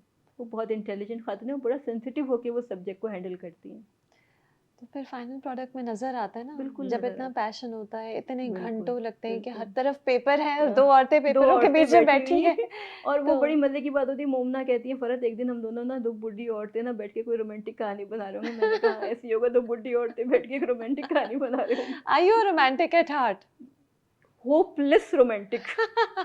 मैं बहुत रोमांटिक हूँ, तभी मेरी स्टोरीज़ में इतना रोमांस नज़र आता है। मेरा मोहब्बत पे बड़ा स्ट्रॉन्ग बिलीफ है और सच्ची मोहब्बत में मेरा बड़ा स्ट्रॉन्ग बिलीफ है। अच्छा। हालाँकि लोगों को लगता है कि शायद नहीं होती, लेकिन मेरा मानना है कि होती है, और आज के इस टाइम में भी होती है। यानी महज़ ड्रामों में नहीं महज़ होती, ड्रामों में नहीं असल होती, ज़िंदगी होती में है, भी बिल्कुल होती है। होती है, बिल्कुल होती है, अच्छी और मैं बात। बहुत रोमांटिक हूँ। और मैं रोमांस ज़रूरी नहीं कि एक औरत और मर्द का रोमांस हो, वो किसी भी रिश्ते में रिश्तों में, रोमांस हो सकता है। रिश्तों में। वो इश्क हुँ, आपको किसी भी चीज़ में, किसी भी रिश्ते में हो सकता है, किसी भी तरह से हो सकता है, लेकिन इसमें मेरा बिलीफ बहुत स्ट्रॉन्ग है, और तभी क्योंकि मेरा स्ट्रॉन्ग बिलीफ है, तो शायद वो मेरे कैरेक्टर्स में भी नज़र आता है। हुँ, हुँ। क्योंकि शर्जीना का भी स्ट्रॉन्ग बिलीफ था मोहब्बत पे। जी, वो जी। और शर्जीना का स्ट्रॉन्ग बिलीफ इसलिए था कि वो हाँ, पीछे मेरा भी स्ट्रॉन्ग बिलीफ था मोहब्बत पे, कि मोहब्बत है तो सब ठीक हो जाएगा। हाँ, और यही होता है हाँ, फिर। यही होता है। आपका फ़ेवरेट कैरेक्टर शायद शर्जीना था इस ड्रामे में? शर्जीना थी, बिल्कुल थी। हाँ, शर्जीना था, बिल्कुल। क्योंकि वाक़ई शर्जीना आपकी हीरो है, आप सही शर्जीना कह रही मेरी हैं। हीरो उसी है। ने तो सब सँभाला, उसने उसी ने सँभाला तो है, करा। बिल्कुल, बिल्कुल, उसी लड़की ने हुँ, सँभाला है। और एक हाँ। लड़के को जो बिल्कुल एक नीचे गिरा हुआ था, जिसको सारी दुनिया ठोकरें मार-मार के जा रही थी, क्या उसके पेरेंट्स, क्या उसके भाई-बहन, कोई उसको कुछ समझने को तैयार नहीं था। इवन वो खुद अपने आप को कुछ मानने को तैयार नहीं था।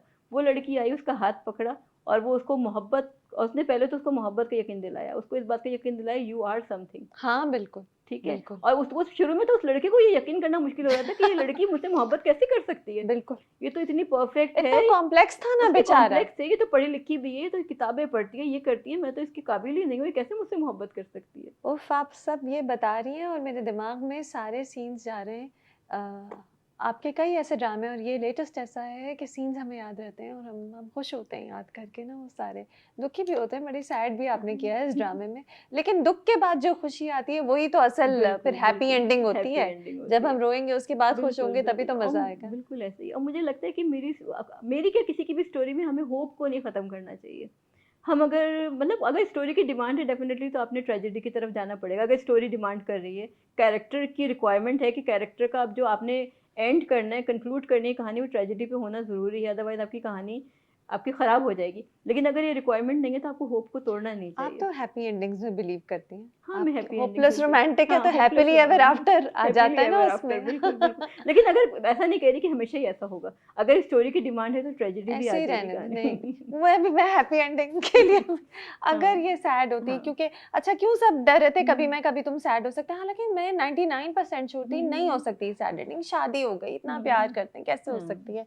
लेकिन मुझे एंड में उन्होंने मौत का एक हाँ, लगाया हुआ था ना, बिल्कुल। ये था कि कहीं इसका ये हाँ, मतलब ना हो कि कोई मर जाएगा। हाँ। तो वो सब डरे हुए थे, मैंने कहा ये नहीं हो सकता। लॉजिकली इसकी इसकी हैप्पी एंडिंग ही बनती थी। बिल्कुल, बिल्कुल, लॉजिकली जो लॉजिकली प्रोग्रेस ऑफ बिल्कुल, इवेंट्स था, बिल्कुल, बिल्कुल। हैप्पी एंडिंग ही हाँ, बनती बिल्कुल। थी। और 2 लोग जो एक-दूसरे से इतना प्यार करते हैं और कोई हुँ। रीज़न नहीं है, तो लॉजिकल एंडिंग इसकी हैप्पी एंडिंग ही थी।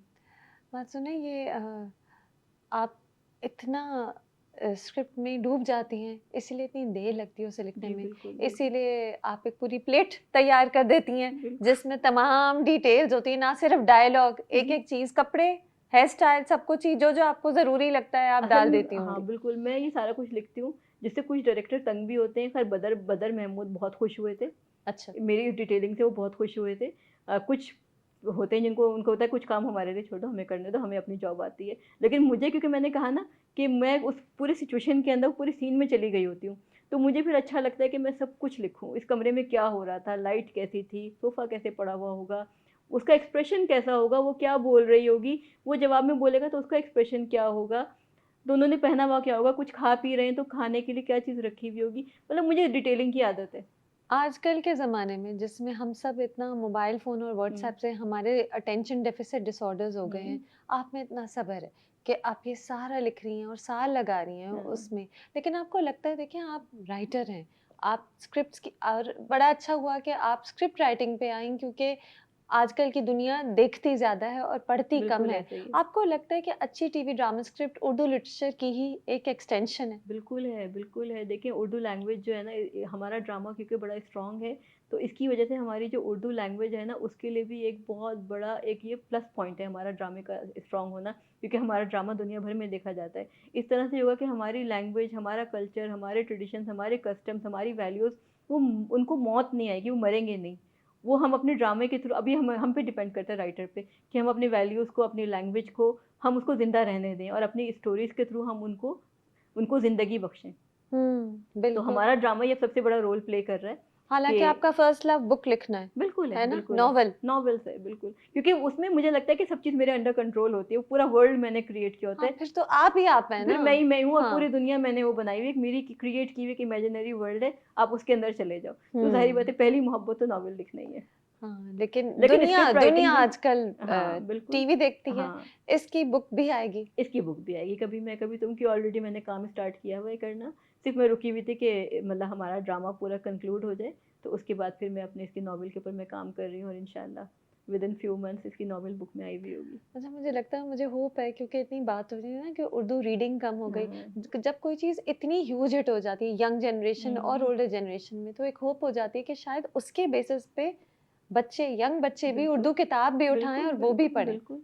और लेट्स मैं सी। मैं वैसे बड़ी ब्लेस्ड हूँ इस मामले में कि मेरी बुक्स अभी भी लोग मतलब पढ़ते पहले हैं, अगर पढ़ नहीं रहे पढ़ते तो हैं ऑडियो में सुन जरूर रहे हैं, नहीं नहीं पढ़ भी पढ़ते रहे हैं, हैं पढ़ भी पढ़ते रहे हैं, लेकिन ऑडियो में भी सुन रहे हैं। जो बहुत से हैं जो उर्दू नहीं पढ़ सकते, जैसे आज के हमारे बहुत से जेन ज़ी के बच्चे हैं जो इंग्लिश पढ़ लेते हैं बड़े इजीली और उर्दू नहीं पढ़ सकते, तो लेकिन ऑडियो में सुन रहे हैं। मेरा नॉवल जिस पे नेटफ्लिक्स पे जो हमारी सीरीज बन रही है, जो बचे हैं संग उसकी समेट ऑडियो लो, बुक है। उसकी ऑडियो बुक्स इतनी ज़्यादा बच्चे सुन रहे हैं, देख रहे हैं, मतलब वो कर रहे हैं, बुक्स खरीद भी रहे हैं। मतलब इवन मेरी फैमिली में बहुत सारे बच्चों ने जो उर्दू नॉवेल्स नहीं पढ़ते, वो सुनने के बाद कि अच्छा नेटफ्लिक्स के लिए बन रहा है तो उन्होंने वो नॉवेल्स खरीद के पढ़ी हैं। तो क्या मतलब अभी भी लोग पढ़ भी रहे हैं, ऐसा नहीं है कि वंडर सबने छोड़ दिया पढ़ना। वंडर अच्छा, लेकिन जब आप इतने दिल से लिखती हैं तो ज़ाहिर है उसे लिखने में टाइम भी लगता है।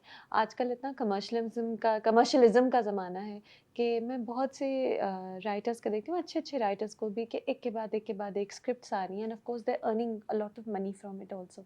आपको कभी इनसिक्योरिटी नहीं होती? अब जैसे 5 साल का गैप नहीं ली आपने, ये दिल मेरा के बाद ये आपका आया है ड्रामा, बिल्कुल ऐसे कभी ही। आपको इनसिक्योरिटी नहीं होती कि मेरा काम नज़र नहीं आ रहा टीवी पे, मेरा लोग भी पूछते होंगे आपसे कहाँ है आपके बिल्कुल ड्रामे? लोग पूछते हैं, स्पेशली अभी जो 5 इयर्स का गैप आया इसमें तो लोगों ने बहुत पूछा। इनसिक्योरिटी तो खैर नहीं होती, क्योंकि जो मैं कर रही हूँ मुझे पता है कि मुझे उससे सेटिस्फेक्शन होती है, और अगर मैं वो नहीं करूँगी तो मैं अपने काम के साथ में सेटिस्फाइड ही नहीं होंगी। जब सेटिस्फाइड नहीं होंगी तो मैं आगे कर नहीं पाऊंगी, हुँ। क्योंकि मतलब परफेक्शनिस्ट का वर्ड तो खैर नहीं यूज़ करना चाहिए कि मैं परफेक्शनिस्ट हूँ, लेकिन मतलब मैं ये चाहती हूँ कि मेरे पास से जो काम निकल कर जाए उसको अच्छा होना चाहिए। उससे कम से कम मुझे ये इनर सेटिस्फेक्शन होनी चाहिए कि मैंने अपना 100% दिया है। जो मेरे पास था मैंने सब कुछ इसके खुद अंदर आप दिया, ईमानदारी से कर रहे हैं। ईमानदारी से काम हाँ, करूँ। तो हाँ। इसलिए मुझे इनसिक्योरिटी या कोई मुझे रिग्रेट नहीं होता कि मेरा इतना टाइम लग गया, बीच में नहीं आया। हाँ, अभी जब 5 इयर्स आ गए क्योंकि मैं नेटफ्लिक्स में बिजी थी, तो थोड़ा सा लगा कि हाँ यार, मैं मतलब लोग जो मेरे जो पसंद करते हैं, प्यार करते हैं, वो मिस कर रहे हैं, तो मुझे करना चाहिए था। लेकिन डेफिनेटली मैं उधर बिजी थी नेटफ्लिक्स में, तो मैं कुछ और क्योंकि मैं एक टाइम पर सिर्फ एक ही स्क्रिप्ट कर रही होती हूँ, अच्छा, एक ही में एक इन्वॉल्व ही कर होती। रही तो होती हूँ। इनसिक्योरिटी नहीं हुई, बस आप एक चीज़ में बिज़ी थी इसलिए हाँ, आपने दूसरी बिल्कुल, चीज़ नहीं बिल्कुल। की, और आपको कभी नहीं ये ज़रूरत महसूस हुई कि चर्न आउट करें, थोड़ा नहीं, और कमा लें? नहीं। आप देखें, इस ऑफ कोर्स ये तो वक़्त है, आपके ड्रामे एक के बाद एक कितने सालों से मोस्ट आइकॉनिक ड्रामाज़ हमारे आपके हैं, थैंक यू कितने सो मच, सारे हैं। थैंक यू, थैंक और एक्टर्स भी कहते हैं, डायरेक्टर्स भी कहते हैं, हर एक कहता है कि oh it's a Farhat Ishtiaq script. ये ड्रामे को बेचने के लिए बड़ा अच्छा एक नाम होता है जिसके बेसिस पे सब एक्साइटेड हो जाते हैं और सब देखते हैं। आपको कभी नहीं होता कि मैं इस वक्त कमा लूँ थोड़ा और, थोड़े और जल्दी जल्दी लिख लूँ? देखिए, अगर मैं ये करूँगी ना, तो जो मतलब मैं किसी के बारे में कोई मैं वो नहीं कर रही, लेकिन फिर फ़रहत इश्तियाक नहीं रहूँगी मैं। अगर मैं ये क्वालिटी सफर करेगी? क्वालिटी सफ़र करेगी ना, क्योंकि आपको किसी एक चीज़ के ऊपर कॉम्प्रोमाइज़ करना पड़ेगा। अगर आप क्वांटिटी की तरफ जाओगे तो क्वालिटी ख़राब होगी डेफ़िनेटली, क्योंकि राइटिंग एक बहुत डिफ़िकल्ट प्रोसेस है, बहुत मुश्किल काम है। आपको अपना हार्ट एंड सोल देना होता है। तो अगर आप एक वक़्त में बहुत सारा काम करोगे, बहुत क्वांटिटी के ऊपर चले जाओगे, तो आपकी क्वालिटी तो डेफ़िनेटली सफ़र करेगी। हम्म हम्म अब क्योंकि मैं नहीं चाहती कि क्वालिटी सफ़र करे, तो फिर तब तो तो मैं बहुत आप काम भी नहीं कर सकती। ठीक है, एक वक़्त सही। में एक ही चीज़ होगी और एक-एक साल लगाकर एक चीज़ होगी। एक चीज़ हो ज़बरदस्त तो वो हुँ, ज़्यादा अच्छा है मेरे ख्याल से, जो हुँ। दिल से हो, जिससे आप भी खुश हो और हाँ, ऑडियंस भी खुश ऑडियंस हो, भी खुश हो। राइट? बिल्कुल, और जब मैं लिख रही होती हूँ तो सबसे पहले तो एज़ अ राइटर मुझे लगे कि अल्लाह ने जो मुझे अगर एक हुनर दिया है, कलम की ताकत बहुत बड़ी ताकत होती है, तो उसका फिर आपको हक़ भी अदा करना होता है। तो आपने उसका जो अल्लाह ने आपको एक कलम की ताकत दी थी, उसका आपने हक़ अदा किया, और आपके कलम से आपने कोई रॉन्ग मैसेज कहीं कन्वे नहीं किया। अगर आपने कोई अच्छी थॉट किसी को दे सकते थे, तो आपने वो अच्छी थॉट दे दी। ये मेरा एक सवाल था हुँ, कि क्या कुछ लाइन्स हैं जो आप क्रॉस नहीं करेंगी? देखें, हमारे टीवी ड्रामों में बहुत सी ऐसी बातें होती हैं, थप्पड़ होते हैं, हुँ, हुँ। मैरिटल रेप होता है, बहुत सी ऐसी चीज़ें होती हैं जो आम हैं। हम बहुत से ड्रामों में ये चीज़ें देखते हैं। क्या आप एज़ अ राइटर सोचती हैं कि कुछ लाइन्स हैं जो मैं क्रॉस नहीं करूँगी? कभी बिल्कुल ऐसा है, बिल्कुल ऐसा है। कुछ कौन-सी हैं लाइन्स वो हैं, लाइन्स? मैं अपने हीरो को कभी भी अब्यूज़िव नहीं दिखाऊँगी। मैं अब्यूज़ को कभी भी जस्टिफ़ाई नहीं करूँगी कि वो गुस्से में था तो थप्पड़ मार दिया। ये गुस्सा कभी भी एक्सेप्टेबल नहीं हो सकता, वो हीरो नहीं हो सकता अगर वो ऐसा करेगा। ये तो बिल्कुल ही डन बात है, ये हो ही नहीं सकता। अब्यूज़ करने वाला, चाहे उसके दिमाग में इस वक़्त जो भी चल रहा था, वो जिन भी हालात का शिकार था, ये नहीं हो सकता। क्योंकि मैं बहुत बड़ी एक फेमिनिस्ट हूँ। तो ये चीज़ औरत की कहीं पर भी इंसल्ट होना, और वो हीरो है, वो अग्रेशन को आप हीरोइज़्म दिखा दो, तो ये तो नहीं हो सकता। तो ये तो मेरा बहुत, इस पे तो मैं बिल्कुल रिजिड हूँ। इस चीज़ को मैं कभी भी कॉम्प्रोमाइज़ नहीं करूँगी। हुँ, ये मेरा एक थॉट प्रोसेस है। अब्यूज़ नहीं। अब्यूज़ कभी भी अब्यूज़ नो। के बहुत से फ़ॉर्म्स होते हैं, मार-पीट भी होती है, शादी के बाद मुख्तलिफ़ डोमेस्टिक अब्यूज़ के बिल्कुल, फ़ॉर्म्स होते हैं, बिल्कुल, ज़बान से भी अब्यूज़ बिल्कुल, होता है बिल्कुल और हो सकता है। अच्छा, हुँ, कभी स्टोरी में ये हो सकता है, लेकिन वो फिर मेरा हीरो नहीं होगा। वो हुँ, हीरो नहीं होगा, उसको मैं हीरो नहीं कहूँगी कि ये मेरा वो एक कैरेक्टर हो सकता है मेरी कहानी का, हुँ, लेकिन वो मेरा हीरो नहीं होगा। जैसे हुँ, मुस्तफ़ा मेरा हीरो था। जी, वो फिर मेरा हीरो नहीं होगा कहानी का। मुस्तफ़ा तो एक अच्छा लड़का था, जिससे गलतियाँ भी हो रही थी, लेकिन वो दिल का अच्छा था। अच्छे बुराइयाँ तो किसी भी इंसान से हो सकती हैं, हमसे भी बुराइयाँ हो सकती हैं, लेकिन पता है अब्यूज़ करने वाला तो आपका हीरो नहीं हो सकता। मुस्तफ़ा मुझे देखते ही बिल्कुल फ़हद मुस्तफ़ा मुझे मुस्तफ़ा लगे। मैं समझी कि आपने शायद फ़हद का ही सोच के लिखा हो क्योंकि वो सेम एक वो ही लग रहे थे। नहीं, ऐसा नहीं है। खैर फ़हद बहुत ने नेचुरल फिट बिल्कुल, हो नो रहा। डाउट फ़हद ने बहुत अच्छा किया है। अच्छा, फ़हद के बारे में तो हम लोगों ने सोचा भी नहीं, क्योंकि फ़हद अब टीवी करते ही नहीं है, है हाँ, ना? तो जब हम ये स्क्रिप्ट में ये बन रहा था और मैं स्क्रिप्ट लिख रही थी, तो फ़हद बिल्कुल भी ज़हन में नहीं थे। और अच्छा। बल्कि हमने कुछ और ऑप्शंस सोचे थे, जो अब मैं नाम इस वक़्त नहीं लेना चाहूँगी। हम अपने दूसरे ऑप्शंस के ऊपर सोच रहे होते थे। फ़हद के बारे में तो मतलब होता है ना कि ये सोच भी नहीं सकते, क्योंकि वो तो फ़िल्म ड्रामा करते ही नहीं थे, वो तो फ़िल्म्स कर रहे थे। जब हुँ। स्क्रिप्ट कंप्लीट हो गई, शायद फ़हद ने पढ़ा या जो भी हुआ ना, उन्होंने फिर खुद कहा, उन्होंने उन्होंने कहा ये तो मुझसे, मैं हूँ। हाँ, उन्होंने फिर खुद कहा, और मुझ तक उनका मैसेज आया कि फ़हद ये खुद करने में इंटरेस्टेड हैं। तो आप बताएँ, मैंने कहा इससे बड़ी तो कोई गुड लक हो ही नहीं सकती। अगर फ़हद कर रहे हैं तो सुपरस्टार हैं वो हमारे, वो हुँ। करें, ज़रूर करें इसको। ये जो 5 साल लगे जिस स्क्रिप्ट पे, जिसके बारे में हम ज़्यादा बात नहीं कर सकते क्योंकि हुँ, ज़ाहिर है नेटफ्लिक्स के हुँ। प्रोटोकॉल्स होते हैं। इसमें आपने कुछ एक्टर्स का सोचा था कि ये फिट करेंगे, ये हाँ, फिट इसमें करेंगे? एक तो ज़ाहिर बात है हमारी अपनी भी सोच थी, फिर नेटफ्लिक्स की भी कुछ डिमांड्स थी। हमारे, रिकमेंडेशंस थे? क्योंकि माशाल्लाह हमारे स्टार्स इतने रिकॉग्नाइज़्ड हैं वर्ल्ड वाइड, कि उनको बहुत चाहा जाता है, बहुत पसंद किया जाता है। तो हमारी बहुत सारी कास्ट के बारे में वो नेटफ्लिक्स की तरफ से भी था कि जिनको वो चाहते थे कि ये होने चाहिए। अच्छा। हमारे फवाद माहिरा हैं, या मतलब आहद हो गए, इक़रा हो गई, हमज़ा अब्बासी हो गए, माया, मतलब और भी माशाल्लाह सब मुझे अभी नाम भी याद नहीं आ रहे। हाँ, हमारे बहुत आर्टिस्ट वर्ल्ड वाइड एक्सटेंसिव बहुत, कास्ट उनकी है। बहुत बड़ी फ़ैन फॉलोइंग है, उनको बहुत चाहा जाता है। तो हुँ। बहुत सारी इसमें कास्ट के लिए जो था, हमारे नेटफ्लिक्स की तरफ से भी था, और डेफ़िनेटली फिर मेरा और मोमना का भी था, हमारे डायरेक्टर का, सबका भी था। हुँ। सभी के इनपुट्स थे, लेकिन नेटफ्लिक्स की तरफ से आप भी था। शूट्स पे ट्रैवल करा है थोड़ा-सा कास्ट के साथ? क्या कभी-कभी राइटर जाती हुँ। हैं शूट पे देखने के लिए कि एज़ कैसा सच चल रहा है? ज़रूरत नहीं होती, क्योंकि आपने अपना पूरा काम करके दे दिया, शूट पे जाने की भी ज़रूरत नहीं होती। हाँ, इसके हवाले से ट्रैवलिंग मेरी दुबई में बहुत हुई है, क्योंकि हमने इसके स्क्रिप्ट पे बहुत दुबई में भी बैठे हैं, मैं और मोमना, हुँ, हुँ, जो बचे हैं कि नेटफ्लिक्स की स्क्रिप्ट के ऊपर। अदरवाइज़ यानी कि सेट पे जाने के लिए राइटर की ऐसी कोई ज़रूरत नहीं है, क्योंकि वो डायरेक्टर का डोमेन होता है। हुँ। राइटर ने अपना काम करके दे दिया, अब जो सेट है वो डायरेक्टर की डोमेन है। वहाँ का जो है वो, जो क्या कहेंगे उसको, जो क्या वर्ड यूज़ करूँ मैं? जो वहाँ का वो उसकी दुनिया है, वो वो डायरेक्टर की वहाँ का दुनिया, किंग है ना, वो वहाँ का वहाँ का किंग है, किंग है। वो उसकी हुँ, डोमेन है। अब वहाँ का सब कुछ वो डायरेक्टर के हवाले, आपने सही अपना है। काम करके दे दिया। तो सेट हुँ, पर एज़ सच राइटर की कोई ज़रूरत नहीं होती, क्योंकि बीच में अगर हाँ। शूटिंग के दौरान जो मेरे साथ बहुत होता है, डायरेक्टर्स मेरे साथ कॉन्टैक्ट में रहते हैं। बदर भी रहते थे, बदर महमूद साहब, और अभी जैसे मेरा मीम से मोहब्बत एक हम टीवी के लिए हो रहा है, अली हसन कर रहे हैं, तो अली हसन से भी मेरा कांस्टेंट फ़ोन पे हमारा रहता है, वो शूट पे, सेट पे से भी मुझे कॉल्स करते हैं, ये सीन हो रहा है, आप मुझे इसका ये बताएं, लोकेशन के हिसाब से थोड़ा सा यूँ कर लूँ, वो कर लूँ।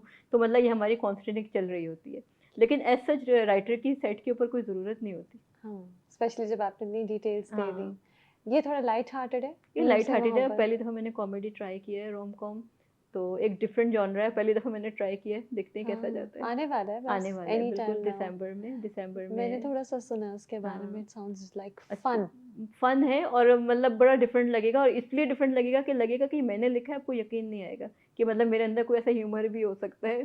तो मुझे खुद वो लिखते हुए मैंने बहुत एंजॉय किया है, मैं खूब आपकी हंसी हूँ। फेवरेट अपनी कौन-सी स्क्रिप्ट है? उडारी, अच्छा, जिसने सबसे ज़्यादा आपको जिससे पेन भी सबसे ज़्यादा दिया, लेकिन मुझे लगता है कि जो मैं अभी कलम का हक अदा करने की बात कर रही थी ना, कि मुझे लगता है उडारी के ज़रिए मैंने कलम का कुछ हक अदा किया है, क्योंकि वो बात जिसके बारे में कोई बात करने को तैयार नहीं था, उडारी के बाद उस बारे में, चाइल्ड अब्यूज़ के बारे में लोगों ने बात करनी शुरू कर दी। हाँ, मेरे ख़्याल से ये एक नेकी है, कलम का ये हक, नेकी या है। मैं नेकी हाँ, कहूँगी इसे, हाँ, कि उडारी ने वाक़ई वाक़ई कन्वर्सेशन शुरू की। हाँ, ये कोई नहीं डिनाई कर कोई सकता कि नहीं, उसके बाद जितनी चाइल्ड अब्यूज़ पे बिल्कुल, कन्वर्सेशन स्टार्ट बिल्कुल, हुई हैं, वो आपको नज़र आते बिल्कुल। हैं। तो उस ड्रामे ने किया। बिल्कुल, बिल्कुल ऐसे ही है। मुझे लगता है कि अगर जैसे मैं कहूँ ना, मेरा अब तक का जो राइटिंग करियर है, हमसफ़र हुँ, से लेकर और कभी मैं कभी तुम का, तो मतलब जिस स्क्रिप्ट को मैं कहूँगी कि मैंने हक अदा करने की कुछ कोशिश की है, वो मैं हुँ, उडारी को कहूँगी। क्योंकि उसमें वाक़ई मैंने एक बहुत सेंसिटिव टॉपिक को उठाया था, और उस बात को जिसके बारे में हम बात नहीं कर रहे थे, उससे पहले डरते थे बात करते हुए, टैबू था। तो वो बात शुरू हुई, कन्वर्सेशन स्टार्ट हो गई। अच्छा, लोगों का प्यार तो आपको बहुत मिलता है, लेकिन अवार्ड नॉमिनेशंस भी होते हैं, क्रिटिक्स के रिव्यूज़ भी होते हैं। ये आपके लिए मैटर करते हैं क्या? अवार्ड्स की बात पर्टिकुलरली मैं करती हूँ। अम देखिए, अब जो लोगों का प्यार मिल जाता है ना, उसका अवार्ड अवार्ड भी साबित है, आपको एक रिकॉग्नाइज किया जा रहा है। रिकॉग्निशन किसको अच्छी नहीं लगती? अच्छी लगती है, डेफिनेटली अच्छी लगती है। तो ये तो मैं नहीं कहूँगी अवार्ड मिलेगा तो आपको अच्छा नहीं लगेगा, खुशी नहीं होगी। ज़ाहिर है अच्छा लगेगा। अच्छा लगेगा, बिल्कुल अच्छा लगेगा, एक नेचुरल बात है। हर इंसान को अपनी तारीफ़ मिलना या आपको अप्रिशिएट किया जाए, आपको रिकॉग्नाइज़ किया जाए, सबको अच्छा लगता है। लेकिन मुझे लगता है सबसे पहले ही जो आपको जो सैटिस्फैक्शन होती है, जो आपको लोगों का, आम लोगों का आपको प्यार मिलता है ना, जो आपके देखने वाले हैं, आपको पढ़ने वाले हैं, उनका जो प्यार होता है ना, अगर वो मिल रहा है तो वो सबसे ज़्यादा इंपॉर्टेंट होता है। और जहाँ तक क्रिटिक्स की बात की, क्रिटिक्स को मैं बहुत सीरियस लेती हूँ, अच्छा। क्रिटिसिज्म को। और मैं कंस्ट्रक्टिव क्रिटिसिज्म को मैं बहुत अप्रिशिएट करती हूँ और मैं लुक फॉरवर्ड करती हूँ, क्योंकि अगर मैं ये समझना शुरू कर दूँगी कि मैं परफेक्ट हूँ, मैं बेस्ट हूँ, तो मैं वहीं पे रुक जाऊँगी। ये मेरा अगला सवाल था कि कंस्ट्रक्टिव क्रिटिसिज्म क्या, मेरे ख्याल से तो कभी किसी ने आपसे कहा ही नहीं होगा कि हमें ये अच्छा नहीं लगा। नहीं, नहीं, आपका काम तो सबको इतना पसंद है और नहीं, इतना अच्छा होता है, और असल में आपने ऐसे ही नहीं लिखा होता ना, आपने इतनी मेहनत उसमें डाली होती है कि देखें, जैसे कि आपने इतनी रिसर्च कर ली कि अगर कोई गेमिंग का बच्चा भी देखेगा तो वो ये नहीं कहेगा कि ये क्या है। एक वो मेडिकल चीज़ पे सोशल मीडिया पे हल्की सी कंट्रोवर्सी हुई थी, उस पे भी आपने जवाब दिया था कि ये मेरा रिसर्च बेस था। तो आप इतनी मेहनत कर देती हैं कि हुँ, क्रिटिसिज्म का ज़्यादा मौका किसी को नहीं देती। How do you stay down to earth? कैसे आपका दिमाग आसमानों पे नहीं जाता? ना वो जाता है और ना ही वो जाएगा, क्योंकि तकब्बुर सिर्फ़ अल्लाह ताला को सजता है, इंसान के लिए तकब्बुर नहीं है। लेकिन आप इंसान हैं, इंसान सब हूँ। आपकी तारीफ़ कर हाँ। रहे हैं, इतनी कि ना ख़त्म होने वाली माशाल्लाह। लेकिन लोगों का प्यार है, बहुत प्यार है लोगों का, और अल्लाह ताला का बड़ा करम है। लेकिन मैं समझती हूँ कि आपको सक्सेस को हैंडल करना आना चाहिए, और आप कैसे हैंडल करती हैं? उसको अपने दिमाग पे नहीं चढ़ने दें। आप ज़मीन पे रहें, आप अल्लाह के बंदे हैं, और जो भी एबिलिटी वो अल्लाह ने ही आपको दी हुई है। आपका इसमें कोई ऐसा, आप ठीक है मेहनत कर रहे हो, लेकिन वो एबिलिटी, क्योंकि कोई भी जो क्रिएटिव जो भी चीज़ होती है वो अल्लाह की तरफ से दी हुई होती है। Writers are by birth writers. वो जो क्रिएटिविटी आपको दी हुई है वो अल्लाह ने दी हुई है। उसके बाद आप उसको इम्प्रूव कर सकते हो, टेक्निकलिटीज़ को आप इम्प्रूव कर सकते हो। बेसिक जो हुनर है वो अल्लाह का दिया हुआ है। तो अगर आप ये सोच लोगे, ये याद कर लोगे ना, तो आपके अंदर तकब्बुर आएगा ही नहीं, आप डाउन टू अर्थ ही रहोगे, हम्बल रहोगे। अच्छा। और द मिनट आप में अंदर ये आना शुरू होगे ना, मैं, वहीं से आपका डाउनफॉल भी शुरू हो जाएगा, आप ख़त्म हो जाओगे वहीं से, और ख़त्म होना शुरू हो जाओगे। और जो पैशन होगा, जो प्यार आपको हाँ, अपने काम के लिए होगा, हाँ, उसकी जगह आपको लोगों की तारीफ़ों से प्यार हो हाँ। जाएगा, तो वहाँ आपकी क्वालिटी भी सफ़र बिल्कुल, करेगी, बिल्कुल। है ना? तो बिल्कुल ऐसे ही, और मैं क्रिटिसिज़्म को सुनती हूँ, और मैं सुनना चाहती हूँ, पढ़ना भी चाहती हूँ, क्योंकि मैं अपने आप को इम्प्रूव करना चाहती हूँ। कि कहीं हुँ, न कहीं परफ़ेक्ट तो कोई भी नहीं है ना, मैं भी नहीं हूँ, मैं भी बहुत चीज़ें गलत करती होंगी, तो मुझे भी इम्प्रूव करने की ज़रूरत है। तो मैं सुनना हुँ। चाहती हूँ, और कोई क्रिटिसाइज़ करता है तो मैं क्रिटिसिज़्म को मैं हैंडल करने के लिए और लेने के लिए भी तैयार रहती हूँ। अच्छा, और इसीलिए क्योंकि आप अपनी तारीफ़ों को अपने सर पे नहीं चढ़ने देती, आप इसीलिए बिहाइंड द सीन्स भी रहती हैं। कितने लोग मैं तो बहुत लकी हूँ कि आप आ गई मुझसे मिलने। I will always be grateful to you for this, thank but you. आप नहीं आती। नहीं, आपने बुलाया बड़े प्यार से था, और ख़ैर बुलाते तो सभी बहुत प्यार से हैं, लेकिन बस आपके पास मेरा दिल था कि मैं आ जाऊँ, और बस मेरी सही कोई कह दुआ थी, क्योंकि मैं भी बहुत डरी थी आपको बुलाते हुए कि पता नहीं आएँगी हाँ, कि नहीं नहीं। सही कह रही हैं, वाक़ई मैं नहीं जाती। बस मुझे कुछ अच्छा नहीं लगता ज़्यादा, मुझे लगता है मैंने अपना काम करके दे दिया, अब मेरा काम बोलेगा, मेरा काम शोर करेगा, मुझे नहीं ज़्यादा बोलने की इस ज़रूरत। ज़माने में जब सब कहते हैं कि अपनी शक्ल दिखानी ज़रूरी हाँ, है। मुझे इस पे कोई कोई इससे मुझे कोई प्रॉब्लम नहीं है, तो मुझे कोई रिग्रेट नहीं है हुँ, अपने इस डिसीज़न के ऊपर, मैं हुँ। सैटिस्फाइड हूँ। अच्छा। मुझे बहुत बोलना या बहुत शोर करना, मुझे लगता है कि मेरे काम को बोलना चाहिए, मुझे नहीं इतना बोलना चाहिए। लोग कहते हैं पाकिस्तानी टीवी ड्रामास के स्टैंडर्ड्स खराब हो रहे हैं। क्या हुँ, आपको लगता है कि ये चेंज होता रहता है? कुछ अच्छे, कुछ बुरे, कुछ हुँ। वीक, कुछ स्ट्रॉन्ग? नहीं, बिल्कुल ऐसा ही है, और मुझे लगता है हमारा ड्रामा अभी भी बहुत अच्छा है, तभी इतना दुनिया भर में फ़ेमस भी है, देखा भी जा रहा है, पसंद भी किया जा रहा है। हुँ। हमारी स्टोरी टेलिंग बड़ी स्ट्रॉन्ग है, हमारे आर्टिस्ट की परफ़ॉर्मेंस बड़ी स्ट्रॉन्ग है, और हमारे ड्रामे यूजुअली रियलिटी बेस्ड होते हैं। मतलब आप कनेक्ट कर पाते हो। अब अगर वो सो के उठी है तो उसके बाल बिखरे हुए होंगे, उसने मेकअप नहीं किया हुआ ये हर होगा। ड्रामे में नहीं होता। नहीं, सो के हाँ। उठ के मेकअप भी होता है, बाल भी ब्लो ड्राइड हाँ, होते हैं। यहाँ कभी तो मैं इनको बदर महमूद साहब को बहुत क्रेडिट दूँगी कि ऐसा बिल्कुल भी नहीं हुआ, कि हाँ। अगर वो गंदे से फ्लैट में आके रह रहे हैं, जहाँ उनके पास खाने को भी नहीं है, कुछ भी नहीं है, तो वो वहाँ पे उसी हुलिये में नज़र आ रहे हैं। अगर उसका वहाँ पे बहुत ही परफेक्ट ब्लो ड्राई हुआ हुआ होता, तो आपको रियलिटी नहीं लगती, आप उसका पेन फ़ील नहीं करते। हुँ। तो ये चीज़, और मुझे लगता है हमारे ड्रामे की खूबसूरती भी यही है, और जो कभी मैं कभी तुम के ज़रिए मुझे लगता है वो एक रिवाइव भी हुई है, वो पूरी खूबसूरती जो थी हमारे ड्रामे की। क्या रोमांस जब दिखाते हैं तो टीवी के हवाले से कहीं सेंसरशिप का ध्यान करना पड़ता है? अच्छा, सेंसरशिप बिल्कुल डेफ़िनेटली होती है, क्योंकि हमारे अपने कुछ वैल्यूज़ हैं जिनको जिनको हमें उन लाइन्स को क्रॉस नहीं करना। लेकिन मैं, क्योंकि यूजुअली मैं खुद ही बिलीव नहीं करती उस तरह के रोमांस में। मुझे आँखों-आँखों का रोमांस अच्छा लगता है, जो डिग्निफाइड रोमांस हो, डिसेंट हो।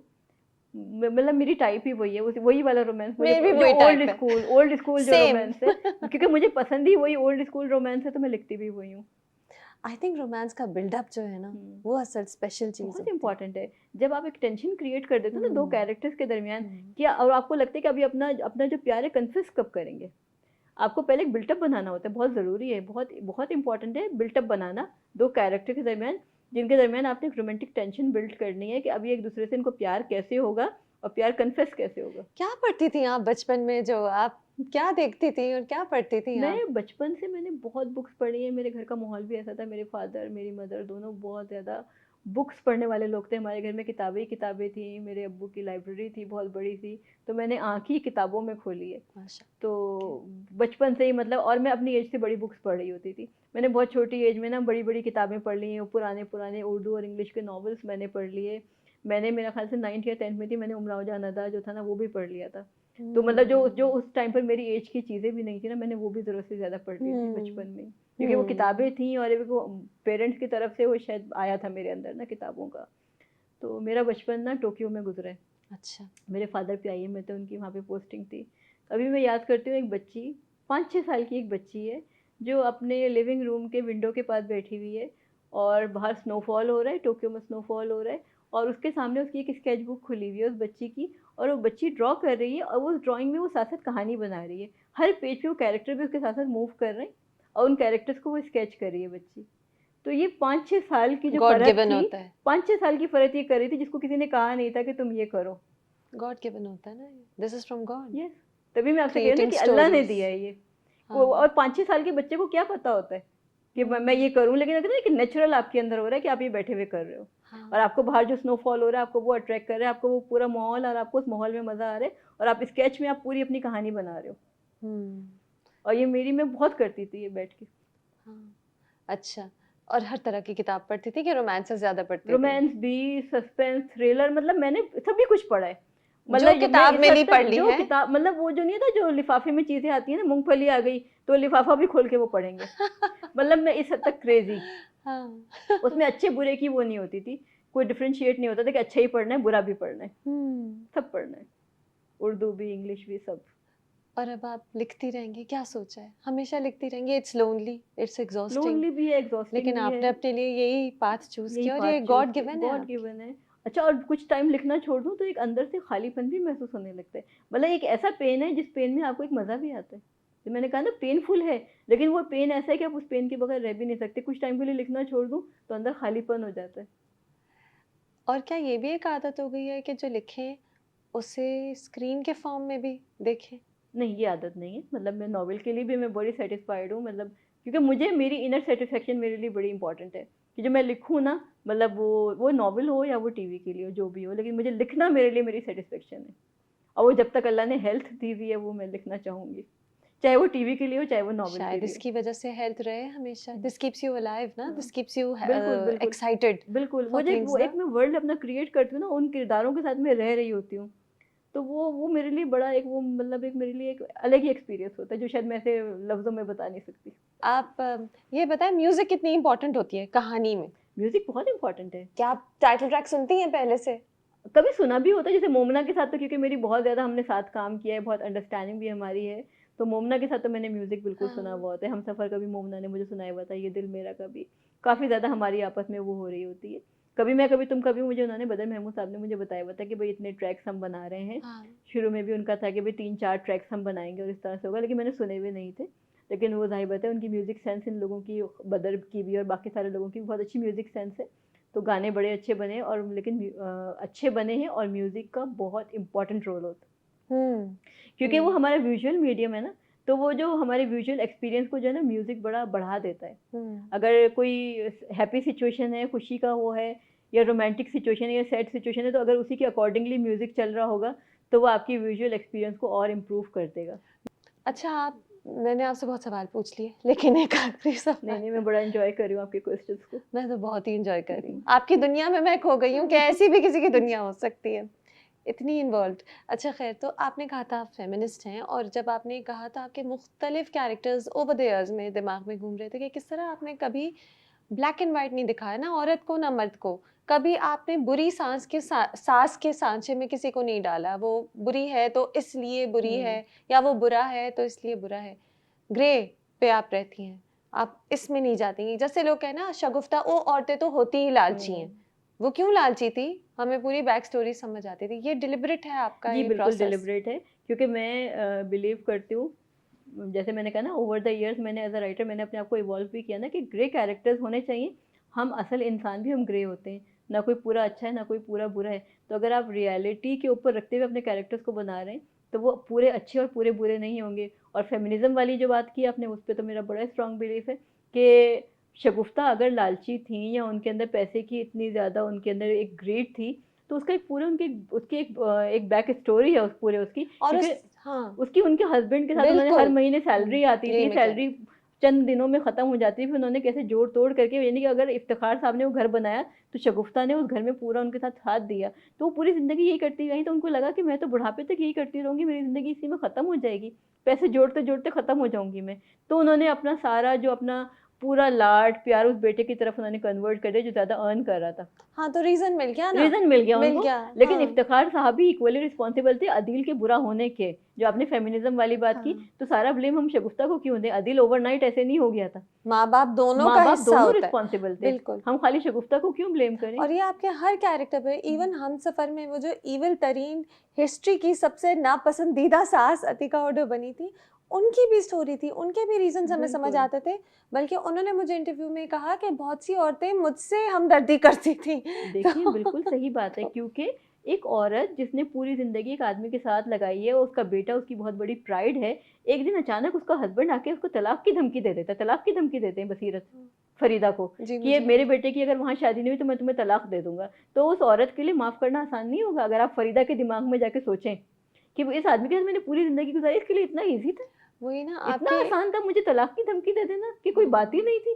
तो फरीदा उसने किया गलत, लेकिन उस टाइम पर उसका गुस्सा जस्टिफाइड था फरीदा वही का। ना आपको रीजन समझ आते हैं, हाँ, चाहे औरत हो चाहे मर्द हो। हाँ। एक्चुअली फेमिनिज्म से ज्यादा आई थिंक रियलिज्म हुआ ये ये, रियलिज्म है है ना? बिल्कुल। हाँ, लेकिन फेमिनिज्म पे मेरा जो बिलीफ है वो अपनी जगह पर है, कि जो औरतों की जो लाइंस क्रॉस नहीं होनी चाहिए मेरे फीमेल कैरेक्टर्स के हवाले से, वो इंटैक्ट रहनी चाहिए। यानी कि स्टोरी बनाने के लिए मुझे उसमें वो चीज़ें नहीं डालनी चाहिए, जो औरत के जो बेसिक राइट्स है ना, वो वहाँ पे कॉम्प्रोमाइज़ नहीं होने और चाहिए। कभी आपने ये भी नहीं किया कि मसाला डाला जानकर कि ये डालूंगी तो रेटिंग यूं, कहते नहीं, हैं ना थप्पड़ पड़ता है तो रेटिंग नहीं, हाई नहीं, होती ये तो हो ही नहीं सकता। वो मैंने कहा ना, अब्यूज़ तो किसी भी फॉर्म में है। बिल्कुल। एक्सेप्टेबल है ही नहीं। और एक बात बताऊं, ये हुँ, प्रूव करती है हुँ, जब जब एक स्क्रिप्ट सीधी सीधी चलती है, हाँ, अच्छी कहानी बगैर इन फजूल के मसालों के चल जाती है, हुँ। इसका मतलब है कि इन चीज़ों के बगैर भी हमारी ऑडियंस बहुत खुशी से एक चीज़ देख सकती है, उससे प्यार कर सकती है, उसे बिल्कुल, हिट बना बिल्कुल। और सकती मैं है। आपको बताऊँ, हमारी ऑडियंस बहुत इंटेलिजेंट है।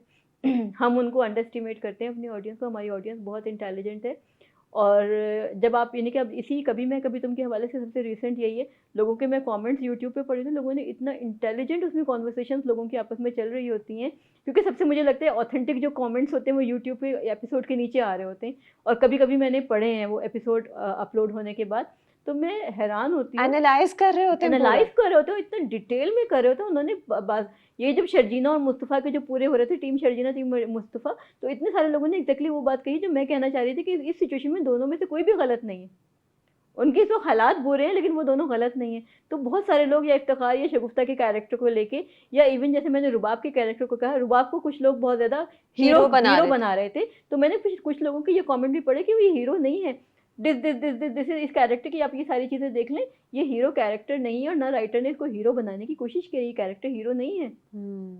तो हमारी ऑडियंस बहुत इंटेलिजेंट है। अच्छी कहानी की निशानी है जब लोग हाँ, इतने इन्वॉल्व हो जाएं हाँ, कि बिल्कुल अपने सामने वाले बंदे की तरह हाँ, एनालाइज करें। बिल्कुल, बिल्कुल। तो thank you so much, thank you. और looking forward to your next script. और फिर आप 5 साल ना लगाइएगा। नहीं, नहीं, इंशाल्लाह 5 साल नहीं लगेंगे इंशाल्लाह। Thank thank you, you so much, thank you. आपका बहुत शुक्रिया। आपका बहुत शुक्रिया, it's been an honour. Thank you.